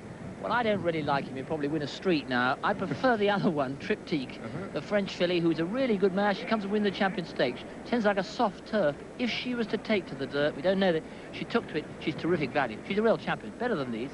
Harvey Pack. Always better than these. Always better than these. Harvey, you're down to $60. What do I need it for? It's NBC's money. I came in here on Wednesday and Thursday. I didn't think Turcoman could lose. I really love him. The racetrack, the way it's been today, Precisionist is going to have everything his own way. What I'm doing is I'm hedging a little bit, which a guy will always do as he's going down for the last time. Especially I'm betting you. a couple of exactas here. I'm putting Turcoman for $10 over Alphabetum. And for 5 over Magambo. I think he's getting Lasix today. He's been rounding into this race. And I'm doing the same thing with Precisionist on top. $10 over Alphabetum, 5 on Magambo. But I'm sticking with the original opinion that just Turcoman can overcome the grain of the track, as we call it, and make that sweeping move. 25 win on Turcoman. I'll have 5 left. There's 2 more races. Well, I hope you have a big off. win here, because our executive producer, Mike Weissman, said if you couldn't make a little money for us today, you wouldn't even be back at Hollywood next year. I'll be hitching home. I always do. All right, and I think I'll go with Precisionist. So that's the scene as we get ready for the big one. The official numbers, both at 8-5. Turcoman, number 1, and Precisionist 2. And look, $210,000 bet on each. They're only $45 apart and nearly $500,000 wagered. That's what you call co-favorites. That's why you go to the racetrack. It's one of the great matchups, I think, in my lifetime. And I can't wait to see if one of the other horses are going to throw a monkey wrench into this thing. It's going to be Precisionist winging it, and Turcoman coming from off the pace, and Alphabetum has a big shot for an upset. Those are the 3 I boxed. Lady Secret won so convincingly in the Distaff, Dave Johnson, and one of the 3 mentioned for Horse of the Year here in the United States in 1986, Turcoman and Precisionist. If neither wins, does that clear it for Lady Secret in your mind? I think Turcoman or Precisionist has to win in order to be considered competition here for Lady Secret. Even if they don't, Lady Secret is not a shoe-in, but I would think that Turcoman and Precisionist, one of them must win in order to be Horse of the Year. Sharon Smith. Well, Dick, you know, as you were watching the post parade, you see the huge Turcoman. He's more than 17 hands, Precisionist, a big, powerful horse. And then you continue on down to number 9, Herat, who, if he stands 15 hands with a hand being 4 inches measured at the shoulder, that's good. He is a tiny little horse. Now, horsemen traditionally like big horses, but Herat has proven that little horses can run well, as has Lady Secret. She's about the same size as he is. So let's stop this prejudice against little horses and look at the little ones as well. Dick? Well, Joe Hernandez, we mentioned earlier, the longtime voice of Santa Anita Racetrack, used to say, welcome to Santa Anita at the foothill of the majestic San Gabriel Mountains, and with a blue California sky overhead and those mountains so close you feel you can reach out and touch them. These great horses enter the starting gate in that long run in front of the main stands. It'll be interesting to see who's first at that clubhouse turn. But there's plenty of room to get position, and there are really 3 themes here this afternoon. The instant tradition of the Breeders' Cup with only 2 runnings, many of the horses coming back. Remember that Precisionist won the Breeders' Cup Sprint here, and now he's stretching out his speed going 10 furlongs. And we've seen Lady Secret and the rich tradition she's already established. And we have Triptyque, who is one of the European factors here. There's Gary Jones, the trainer of Turcoman, watching in anticipation. And the subtle changes with the at the top of the jockey ranks. Here we have Gary Stevens and Pat Day riding the 2 big horses. An interesting thread through the Breeders' Cup this afternoon. The two previous classics were not won by the favorites. Wild again was a big long shot 2 years ago, and Proud Truth the winner last year. Here for the call is Tom Durkin. And they're taking their place for the $3 million Breeders' Cup Classic. Now getting into line is Bold Arrangement, the European, finishing second in the Derby. Since then, not much. And Bold Arrangement, Pat Etteries seeks to make amends, finishing off the board with Dancing Brave in the last race. Alpha Beta moving into line with Eddie De La Houssaye and Triptyque. The filly, the lone filly in the race, I-80s. And from the outside, Speed Horse, Herat, he's got some early gas, but will Jerry Bailey put the pedal to the metal? That remains to be seen. Precisionist will certainly be out there quickly early. And Herat goes into line. And Mogambo did not look good in the post parade today. He's usually a real picture on the racetrack, but today he really didn't look like the old Mogambo. And Nostalgia Star with Fernando Toro completing this field of 11. The field in place for the third Breeders' Cup Classic. They're in the gate.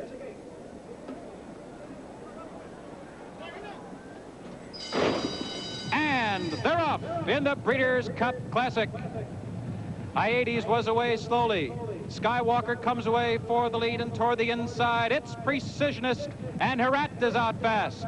And they pass us the first time, well off the rail. It is Herat who now takes a short lead. Precisionist is close to him now, second on the inside. Skywalker third, and Hopeful Word is fourth. A gap of almost 6 back to Mogambo.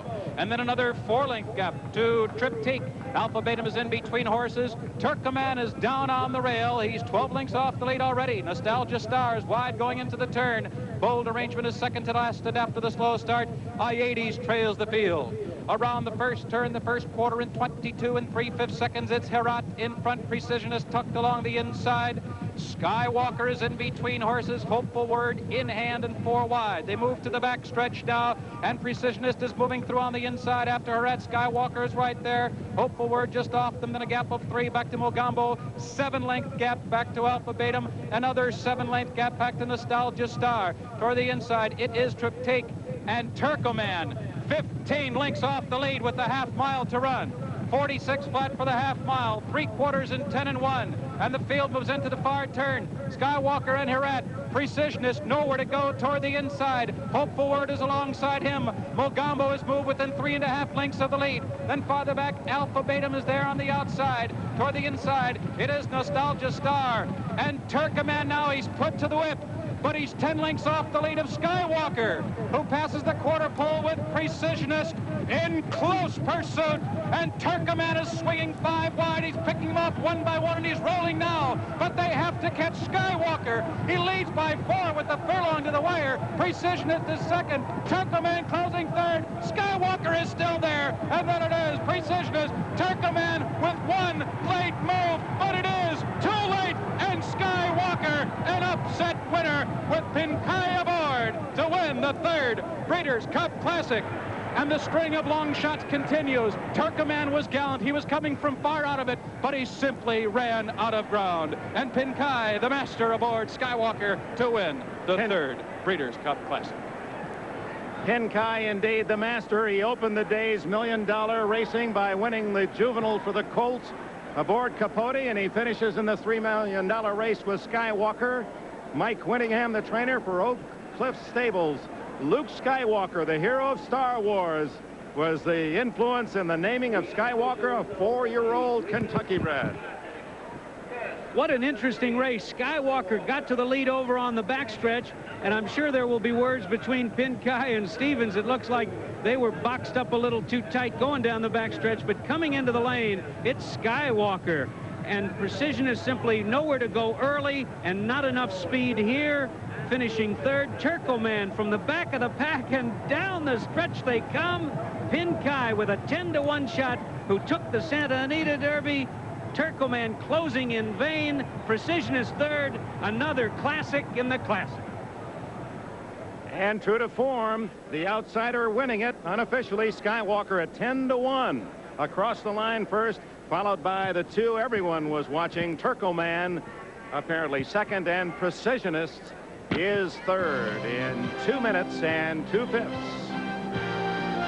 $1,450,000. Oh, they'll be skywalking.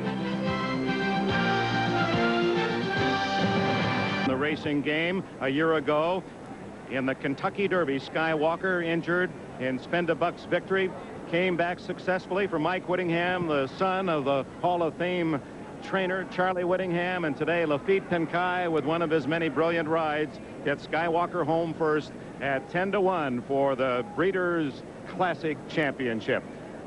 Well, a man who knows the feeling of victory in that classic, Pat Day, is with Tom Hammond. You're right, Dick. He won the first one with Wild again, but not so lucky today, finishing second on Turcoman. Made a big run through the stretch, but just too much ground to make up. Well, Tom, you know, he warmed up good today. This is the first time I ever rode him in the afternoon, but anyway, he broke good and run good down under the wire the first time, and then he started backing up and just lost contact with the field. You know, I knuckled on him down the backside and tried to get him back in the race, and there just wasn't any response there. And about the 3/8 pole, I got serious on him. I turned my stick up and got to wailing on him, and he come on and run a little bit down the stretch, but it wasn't the kind of run that I know he's capable of. And I'd just like to congratulate Mr. Tatum, Mr. Whittingham, and Mr. Pincaille on their success. But this colt, he really didn't win his race. You know, he didn't run his kind of race today. I've watched him run a couple of times when Chris was riding him, and also when Steve rode him in the Marlboro there in New York. And those races, he didn't run that race today. All right, Pat, thank you very much. Pat Day, who rode Turcoman this afternoon. Let's go down to Bruscott. Yes, and with us now, Patrick Biancone, trainer of Triptyque, trainer, of course, before of All Along, who was the horse of the year here, Patrick. European champions haven't done well today. What's been wrong? You know, perhaps it was the end of the season, and they have a hard season before to come. For my filly, it's only a question, I think, of adaptation of the dirt. We have tried to run on the dirt. She ran well, but not fast enough this time, but we will try to come back with better horses next time. Well, she ran close to Dancing Brave in the Arc de Triomphe. Dancing Brave blew out today. Why do you think he did that? I think perhaps they are a little bit tired. It's a very long flight to come over here, and in plus we have this quarantine who can disturb a little bit the horses. But bon, we're happy. We cannot win each time we ran, and she ran well, and it's perfect. Not each time. Thank you, Patrick Biancone. Back to Dick.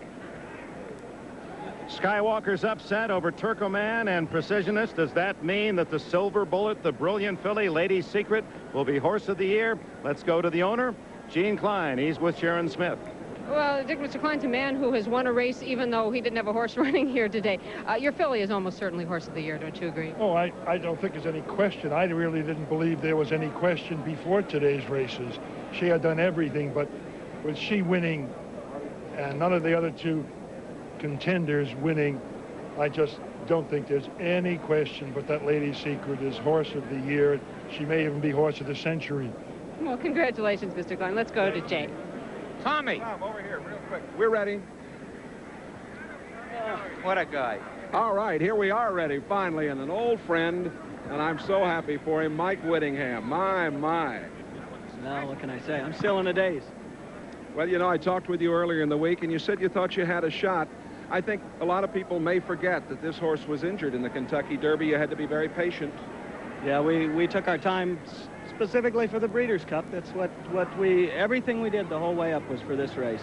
And it's, boy, did it pay off. We take a look at the replay, Michael, as we get a word from Lafitte Pincaille, who was here at the start of the day and is here now. Lafitte?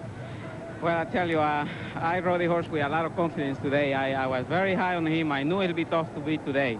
Right about here, you know, he's very close to the rail, but I didn't want to take him out of the rail because he was running nice, and I knew right here that I was going to win easy. Win easy? Yes. Well, not really, though, but I knew somebody was coming at the end, but I was confident that he was going to win. Harvey? Pretty good on this horse. You've been 3 for 3 with him the last 3 times. That's right. We got along good, you know, and I hope the luck continues. Good combination, Lafitte. The owner of the horse, Oak Cliff, Tom Tatum. Tom, I've known you for several years. That's what I'm talking about. You never told me you had 4,000 partners. Well, you need 4,000 partners to survive in this business. This is a big one for you. A lot of dough. Oh, this is great. This is what it's all about. Is that half of Texas? A good portion. Good luck to you, Tom. Congratulations. Back to Dick and Dave. Lafitte Pincaille with 2 wins today, earning for his 10% almost $200,000. Skywalker, the upset winner in the Classic, paying $22, $25, $80, and $340, followed by Turcoman and Precisionist. Back again at Santa Anita where the Breeders' Cup Classic is in the books. The official order of finish, Skywalker pulling the upset with Turkelman second, Precision is third. As you see the remainder of the order of finish in the $3 million Breeders' Cup Classic with Herat, the early pace setter, fading to last. Just moments ago, the trophy presentation here at Santa Anita with Alan E. Murphy, the chairman of the sponsoring Mobil Corporation, presenting the trophy to Tom Tatham of the Oak Cliff Stable, the owners of Skywalker. Dick Enberg. And with Chris McCarron, a unique experience. We're pleased that you're recovering so well. Should be riding again next spring. What are your thoughts on today? Well, thanks, Dick. It's a big surprise to me. I was very surprised by the result, but it just goes to show you anything can happen in horse racing. And was there one mount that you wished you'd had today? Yeah, Smile, or Turkelman. We'll look forward to seeing it back in action soon. Thank you very much. Chris McCarron, let's go down to Jay and Harvey. All right, and Harvey's left with $5, but it was some day. It's not bad. The only regret I have is I should have picked Smile like I told you I would last night. I'm glad for Tom Tatham. We got 2 more races here at Santa Anita. I got $5 left. Could get a lot better. And he'll be in action. It was a first-time start for me. It's been a great day of action and ambiance. Dave Johnson. Fun up here, too, and I bet it was a fun day in the booth. Oh, you can't beat fun at the racetrack, Dave. It's a great privilege and lots of fun to call the races, especially on a day like today. But next year, I want a different job. I want to be Harvey Pack's bookie. What was your highlight, though, today? Had to be Lady's Secret. She was just absolutely magnificent. You could see her power. She had the look of eagles about her when she took the track, and she ran great today. In an afternoon of superlatives, we saw the best filly of our lifetime with Lady Secret. And it's so great that Gene Klein and Lucas are going to run her again next year. That's why we had so many thrills with John Henry, because we got to see him through the years. Right now, let's go to Sharon and Tom. Sharon, we can only echo Dave's comments. It was a great day of racing, a day of upsets, but the horse of the day, the horse of the year, Lady Secret. Well, absolutely. And in addition to Lady Secret, we saw sure or possible Eclipse Award winners in virtually every category. Probably not the steeplechaser, but boy, we saw just about everything else. Well, we did enjoy a day of upsets, and if there was any surprise, it was probably the fact that the Europeans, especially Dancing Brave, did not run as well as we expected. They disappointed, and I think Bruff is trying to figure out what happened. And I wonder if that means that there will be less European participation from now on. What about it, Bruff? I hope not, Tom. Sackcloth and ashes here, I'm afraid. It is difficult, though. I think the lesson for the Europeans is you can't come and win the Breeders' Cup at the end of a long campaign. You've got to prepare specially for it. But we'll be back next year, promise you. It's been a great day. Lovely to be here. Back to Dick. The Lady Secret is the big story today, Dave Johnson. And the previous 2 classics, there were, let's see, 5 in '84, another 5 Eclipse Award winners last year, and I wonder how many will win it because of their performance today. Well, one will certainly be Manila, who wrapped up the Turf Championship. And as a matter of fact, I think he might get some 3-year-old votes to be the 3-year-old of the year. Manila was just superlative this afternoon. But again, a tip of the hat to Gene Klein and Wayne Lucas. They're my favorite pair since Bartles and James. We look ahead to next year. Capote, the 2-year-old colt to win, maybe a Derby favorite. On the other hand, I hope this doesn't mean, as we look at the winners today and we salute each and every one of them, that the fact that the European horses did not do well, that'll discourage them from returning to Hollywood Park next year. They'll be back. Indeed, we hope they will be. And we hope you will be as well. Santa Anita Park, a magnificent setting today for the third Breeders' Cup. Winner or loser, again, underlines a culmination of another outstanding thoroughbred racing year. We hope you had a winner. Goodbye from all of us from Santa Anita.